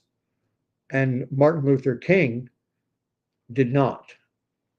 Martin Luther King recognized when you signed on, and there were white college students, a lot of white college students went down to the US, went down into the southern US for like things like lunch collar protests, lunch counter protests, where they would sit with Black students or Black individuals to try and integrate the lunch counters. Because back then, Muhammad Ali famously talked about the fact that after he'd won the Olympic gold medal, that he went down to Louisville, Kentucky, where he was born and raised, gold medal winner. Now I can go downtown and get a hot dog or whatever he wanted to eat. And he sat down at a lunch counter and he ordered a hot dog. And the waitress said to him, "We don't serve Negroes." And he said, "Well, that's fine. I don't eat them. I just want a hot dog." And they wouldn't serve him a hot dog. And the story he told is that he went and he took his gold medal and he threw it into a river, because that's what it was worth. Nothing. Hadn't improved things one iota. Betty Zoom is here. Writes, "Big families were in and marriage was for life." Good evening to you as well. Now, there has always been birth control of varying forms. It wasn't until the pill came out that, that's when fertility rates in the Western world fell off a cliff.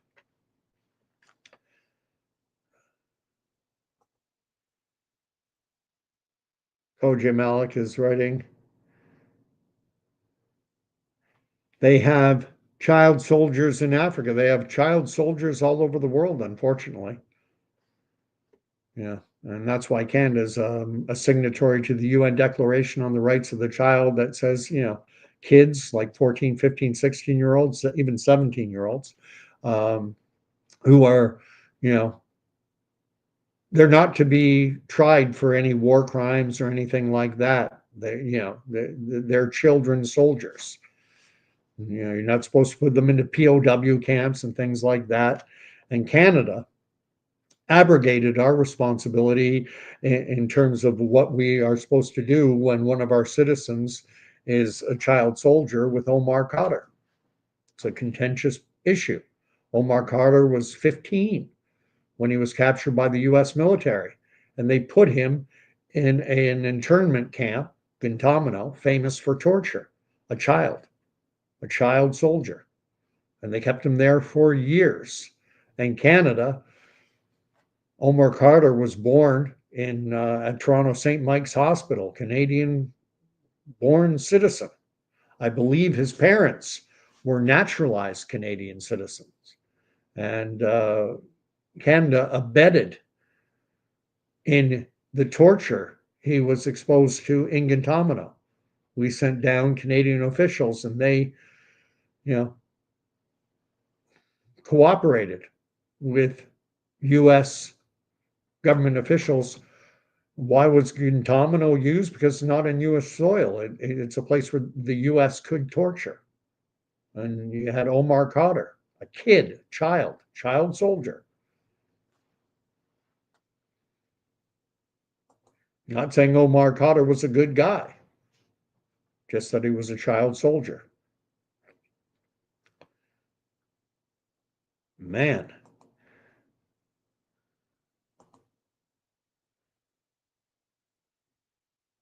I've got Koji Malik writing, unfortunately, kids unwavering to use guns is not goals, but men think differently. Everyone's saying hi. Brett's Wyoming gets anyone living in Canada. If you go out to Montana, Wyoming, it's not much different from anywhere in Canada. They get winter is harsh. Danny's writing, if we stop supplying Ukraine, they turn into the proverbial sitting duck. Yeah, unfortunately, that's the reality of the situation, is that NATO provides, and even though Ukraine is not yet a NATO member country, they've been pretty darn close pretty darn close to being a NATO country. The only difference is if they were fully a NATO country and Russia invaded, then NATO would be obligated to declare war on Russia and send troops and armaments and go full bore. But Ukraine isn't a member. So we've just been supporting them with billions of dollars and tanks and planes and every, all the tools of the trade. And if we stopped supplying them, if Ukraine had been left on its own, the war would have been over within months. That's my prediction. Within months, maybe even weeks. And then Ukraine would have been back to being part of the old Russian Soviet bloc. They were part of Russia during Tsarist Russia. They were part of the Soviet after the Bolshevik Revolution. They were part of the Soviet Union. It wasn't until sometime between 91 and 94 that they became an independent nation state called Ukraine. And I'm not saying that they weren't an independent, that they weren't a distinct population group within that Soviet Union. They were. They speak a different language, different culture. Fair enough. But look at the United States. Tell me that New Yorkers and people from Texas aren't different. Yeah, they're distinctly different. They talk differently in New York than they do down in Texas. They have different cultures, but they're still part of the same country. You got to remember, the United States, at its inception back, in the 1700s, 1776, there were divergently different populations from different parts of Europe all across the United States as well. You had a lot of Dutch in places like New York, which used to be called New Amsterdam, very Dutch area. You get there were large populations from the Scandinavian countries, Sweden, large populations of Germanic peoples, people from what later would become Germany. There were ethnically diverse populations throughout the United States, and yet they all came together to form a union, regardless of their differences. Soviet Union, Georgians, Ukrainians, people from the Baltic states, they were all part of the old Soviet Union.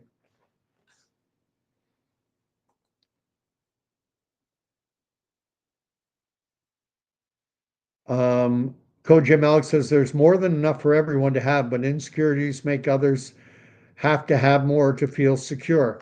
You have to remember one thing, getting back into faith. Satan teaches scarcity. Satan wants you to believe there's not enough to go around. And when people believe there's not enough to go around, and people are greedy. They want to have more than the other person. And it's not even a matter necessarily of security. I have enough, but I'm greedy. I want more. That's part of a broken, fallen nature. And it's not anything that's racial. If you have the capacity to exploit, human beings exploit one another. Happened in Africa. Africans were engaged in the slave trade. African kingdoms would sell slaves to white European slave traders. It happened. Why? Why were Black Africans selling other Black Africans into slavery? Why? Because they got money for it. They, they were broken and fallen human beings, same as the white slave traders, same as the individuals who were being bought and sold into slavery are broken, fallen creatures. That's the biggest barrier to a relationship with our Lord and Savior, Jesus Christ, is that Jesus Christ is the atoning sacrifice. He is the blood of the Lamb. He is what makes us clean. It's through Jesus' sacrifice on the cross. That is the atonement for our sin. But first, you have to recognize, and what keeps so many people from coming to faith and to putting their hands over their ears to the gospel good news, is they are convinced that there is no sin anymore. Everything is acceptable. Do whatever you want. Do whatever you feel. You are a victim. Anything you do wrong, you can justify it because, yes, that was wrong of me to do that, but it's okay. I can rationalize it because someone did this to me. And two wrongs make it right. They did me wrong, so I'm allowed to do wrong. And this world, satanic world, much of the time, has convinced the population that there is no sin. And now we celebrate sin. Take pride. Pride is one of the 7 deadly sins. And now we hold it up as something, to be proud. We're not to be humble. It's my life verse, is Luke chapter 14, verse 11. Everyone who exalts himself will be humbled, and he who humbles himself will be exalted. I have to do a stream talking about this sometime. The fact that sin is running rampant in today's world and we're celebrating it. And we're marching toward a major conflict in this world. And it may just be the conflict spoken of in Revelation of Armageddon, of the world's armies going at each other. And yes, according to the Bible, it's going to happen in Israel. And, while everything is now, the world from February of 2022 until October of 2023, the world was all focused on Ukraine and Russia. And then October 7th, 2023 came along, and then the world all focused on what was going on in Israel and the Gaza Strip. And poor Zelensky back then was like, hey, I'm down to my last billion. Keep the money coming here. Yeah, we're looking over here now. Zelensky, we don't have time. We can't, we got short attention spans in the Western world. We don't care about you anymore. Well, now, after this drama in the White House and everything that's going on, now everyone's looking back at Ukraine, Russia, and we're all looking there. And what's happening over in Israel is that war is poised to start within days, maybe a week or two, and maybe just days away. Israel's halting all humanitarian aid into the Gaza Strip. And they're talking about mounting tens of thousands of troops, dividing Gaza into 3 territories, forcibly relocating Gazan people, refugees, into relocation centers, maybe in the Negev desert, and trying to isolate Hamas so they can wipe them out completely. Well, no one's paying attention to that. Look over here. Look at Zelensky in the White House. So let's keep going. Betty's writing, not guns today, it's a games controller. Betty's saying, bit of snow this year. Brett's had a light winter out in Wyoming. Brett wants to know, okay.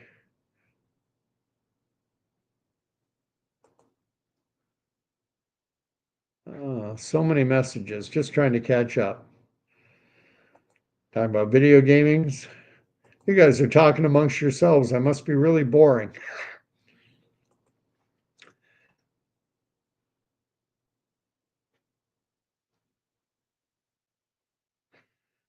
Danny's quoting Dirty Harry. Are you feeling lucky, punk? The mind is a battlefield, and we have to consciously be on surveillance about what we allow to remain in our mind. Joyce Myers told me that. I know the name Joyce Myers, but I can't place her.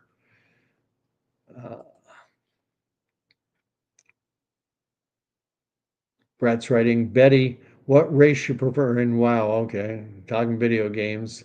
Paladin. I don't game. I don't even own a cell phone.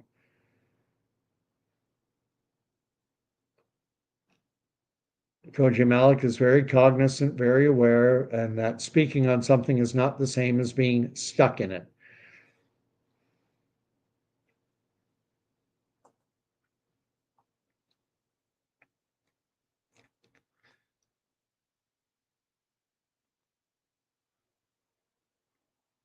And I've got Plan D, who's giving a bonjour hi. That's a Quebec thing. Hello, everyone. Betty Zoom is writing Métis to look down back in the day. Oh, yes. Yeah. It's long been said that history is a story of numbers, and that, you know, it's about winners and losers and about numbers. And typically the those with numerical superiority are the winners, and those with numerical inferiority are the losers. And the winners then always dehumanize the losers. And that's got nothing to do with race or anything else. All it has to do with is winning and losing. Uh, when you're if you're a black if you're black and you're a winner and the loser is white, the dynamic will play out the same as if the roles are reversed. It's just part of our broken, fallen human nature. Koji Malik is writing, I remember my son telling me, Ma, we are the only black people in here. I didn't pay attention because I was minding my business.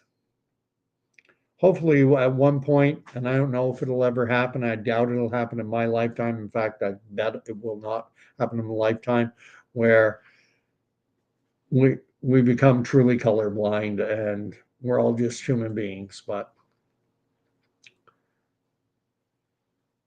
And now I have Laura Floyd has shown up, formerly townhouse gardener, if memory serves. And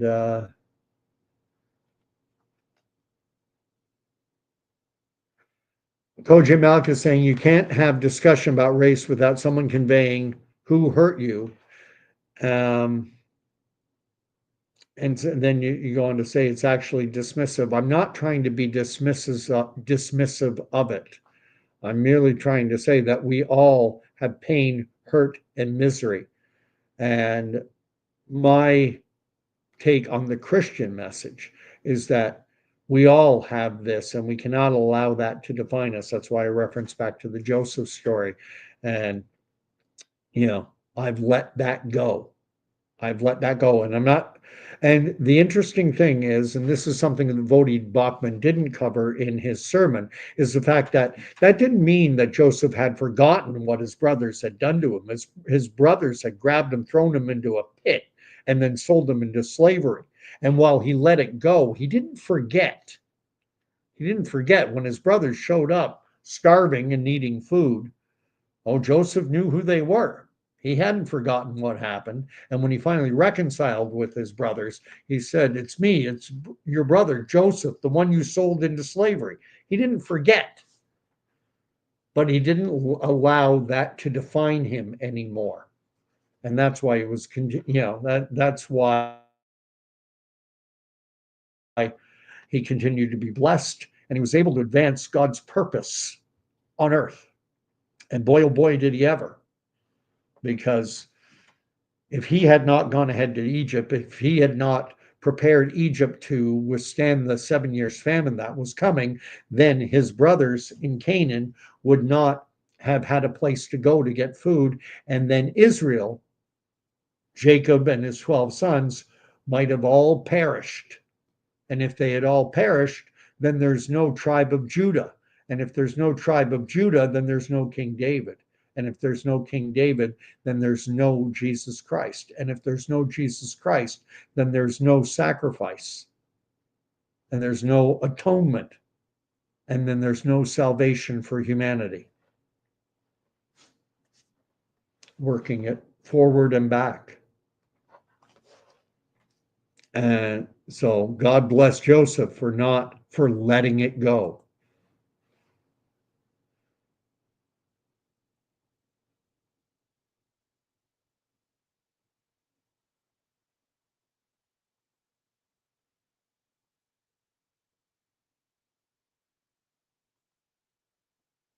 And everyone's chatting away. Just reading the last of it. Danny is saying, most of my black friends, wife is Bahan, say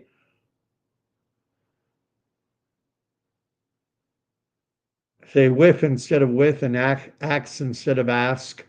Numerous other words as well. Maybe that is why comment was made about enunciation. Yeah, no one accused, John F. Kennedy couldn't pronounce the letter R. Pack, you cat. No one accuses Boston's of not Bostonians. No one would accuse a Kennedy of not enunciating properly. Ask not what your country can do for you. Ask what you can do for your country.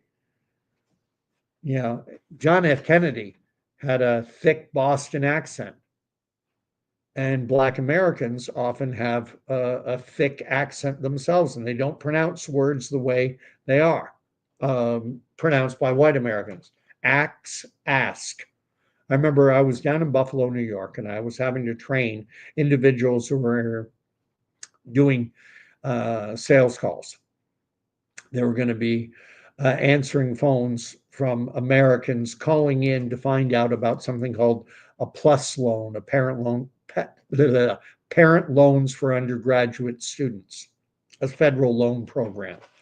And typically, the people calling in would be sending their kids to Ivy League type schools or UCLA or Stanford, big name schools that would cost tens of thousands of dollars in annual tuition. And someone asked about Ebonics because a number of the individuals who were that I was training were Black. And man, oh man, and I was in my 20s. So I was actually probably 28, 29 at this juncture, maybe 30. And I'm a white Canadian in Buffalo, and the individuals I was training were predominantly Black. And one young man, asked me, what about Ebonics? And I knew enough. I knew what Ebonics was. Ebonics is kind of like a dialect of English. Call it urban Black speak. And I said, I'm not going to wade into that, but in terms of achieving your objective, do you think you'll be more successful or less successful asking some white individual and saying, do you mind if I ask you a question, or is it all right if I ask you a question? Which one do you think will generate a better response, make you more successful in your job? And the kid said, if I say ask. And he could say it. He was capable of saying it, but his natural inclination was to pronounce it ask. Whatever. I'm going to move on from that.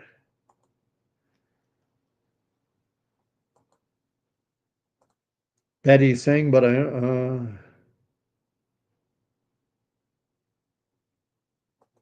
oh, don't worry. I like how everyone is chatting. Don't worry if it's directed.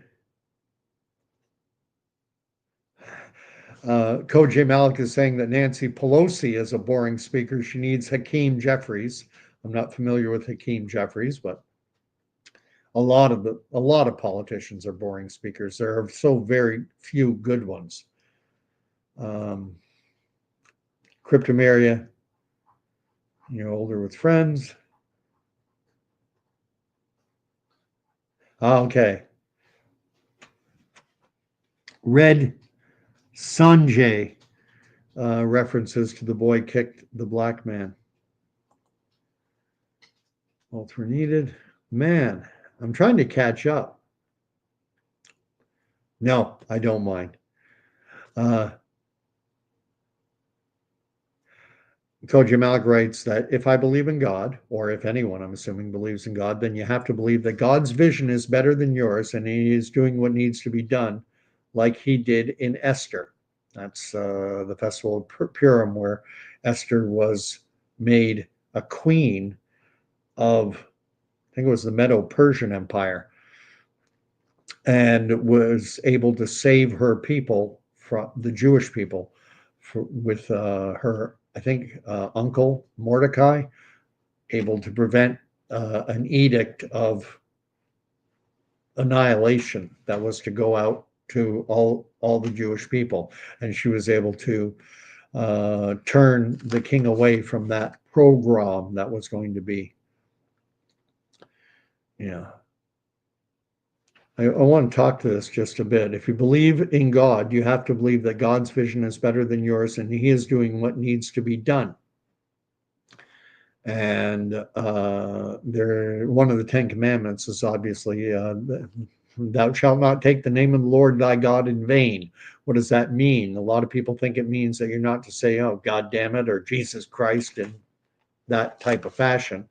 But I've heard other varying interpretations, and one is that you're not to put on the name of God and to declare, this is what I want, and it just so happens that what I want, the way that I think things should go, align with the Lord God, creator of all, maker of the universe, that, I'm in alignment with God. And so I'm speaking with godly authority. Obviously, our vision is limited. The horizon is the end of our lives. We need to look beyond that. I know. Koji Malik said a lot of these comments are from earlier. I know, far earlier. I know. I'm trying to get caught up.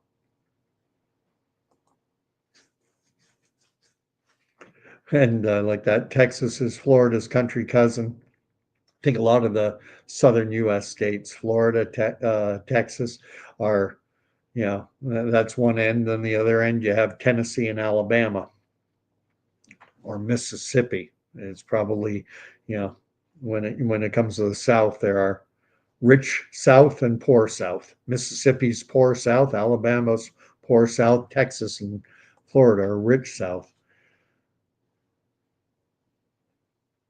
Minorities collectively receive 3% of federal contracts.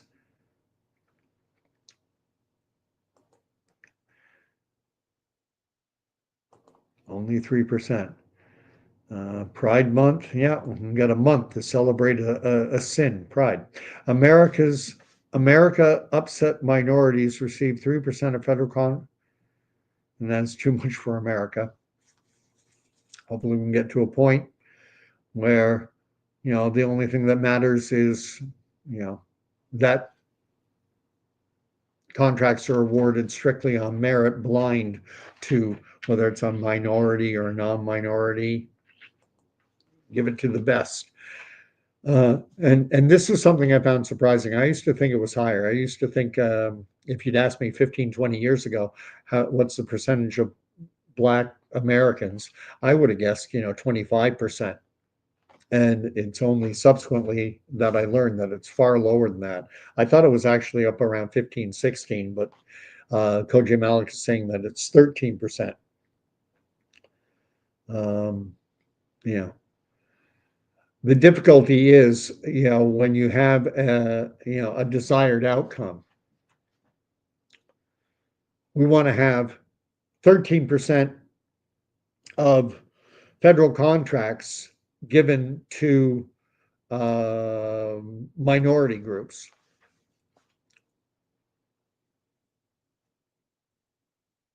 That can lead.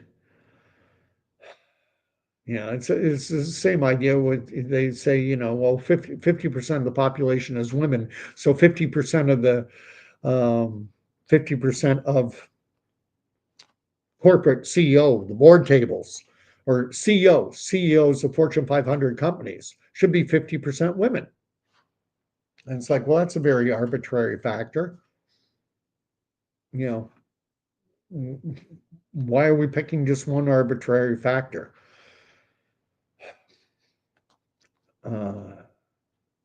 Anyway, I'm going to keep going.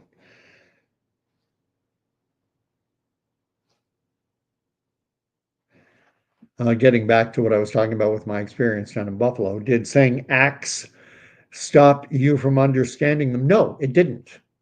I knew exactly what the kid was saying. It's like I said about John F. Kennedy with his speech impediment, with his nature, his Bostonian way of talking, with the long and no no letter and I could still understand John F. Kennedy. I can still understand someone who says ask.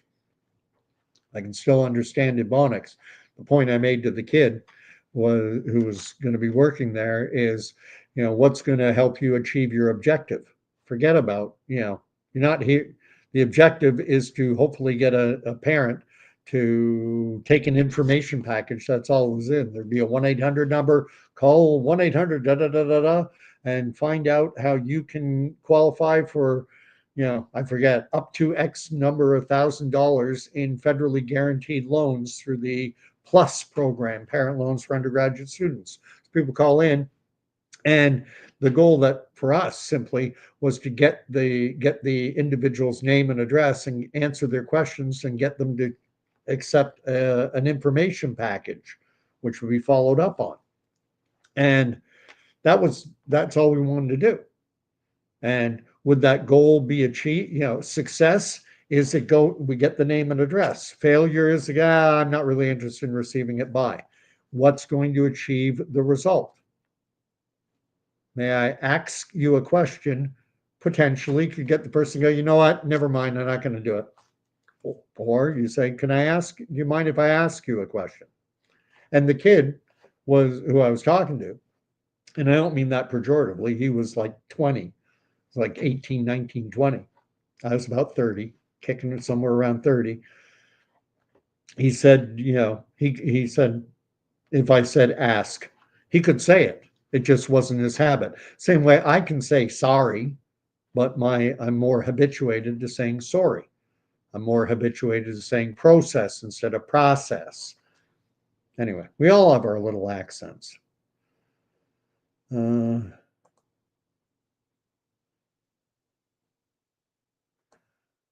just trying to get caught up, and it looks like I have almost.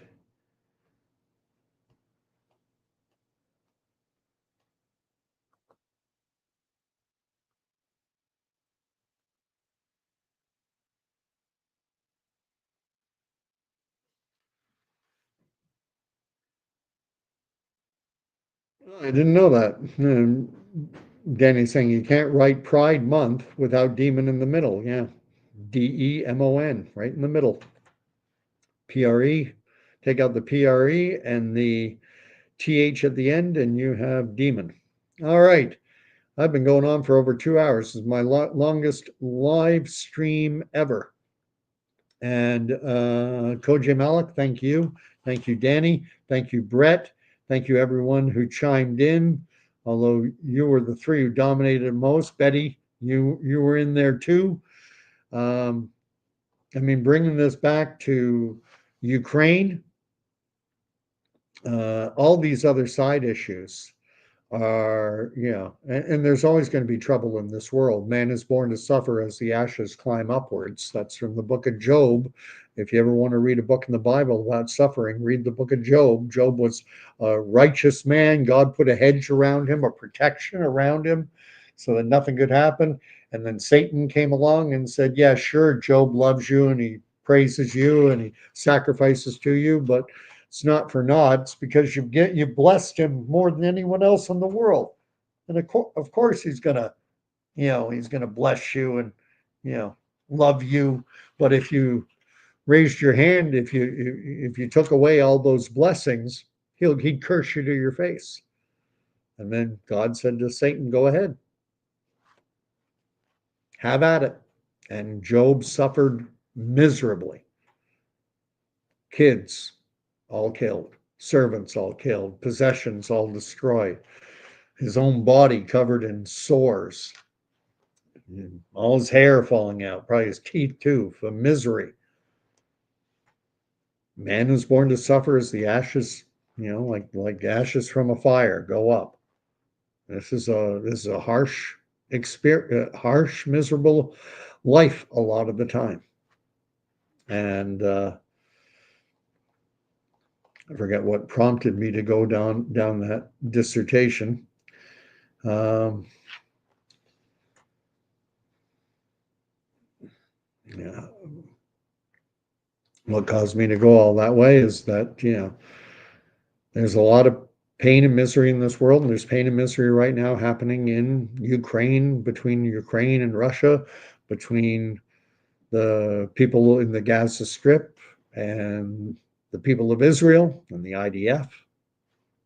And it's going to keep going on and on and on.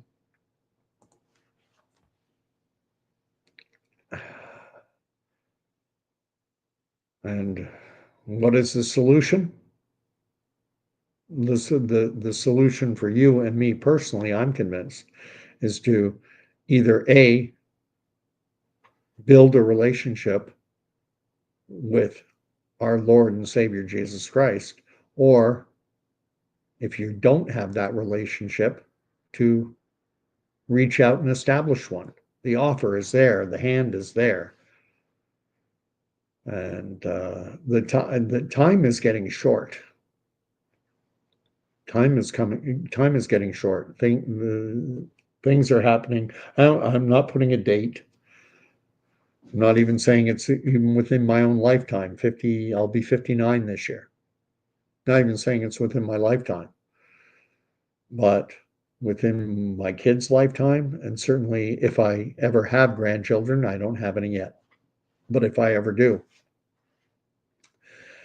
uh, I don't think we're, 2 or 3 generations at most. Things are getting bad, and we're tearing it all down. And God's letting us. God's saying, hey, God gave them up. I'll talk about that one night. Said God gave them up. Hey, you want to trade the fabric of reality for, and sate your every desire and whim? Go for it. Fill your boots. See where that gets you, and look where it's getting us. So anyway, I'll let Danny have the last thing. Amen and amen. Good night, y'all. Koji Malik just before that said, I would have told Lucifer I gave you everything and you still turned your back on me. Oh.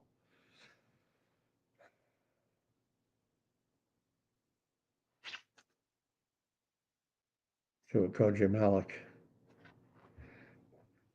Saying, my sons would say, you didn't tell my brother that. I told them it's not your business what I discuss with your brothers. Just worry about yourself. Danny saying, free will is it can be. It can be. Anyway, listen, God bless. This wasn't nearly as tied up and nicely as I wanted it to be, but I've gone on for almost 2.5 hours now. So listen, may the Lord bless and keep you. May the Lord make his face to shine upon you. And may the Lord grant you peace, even in these crazy, troubling times, even with war, disease, famine.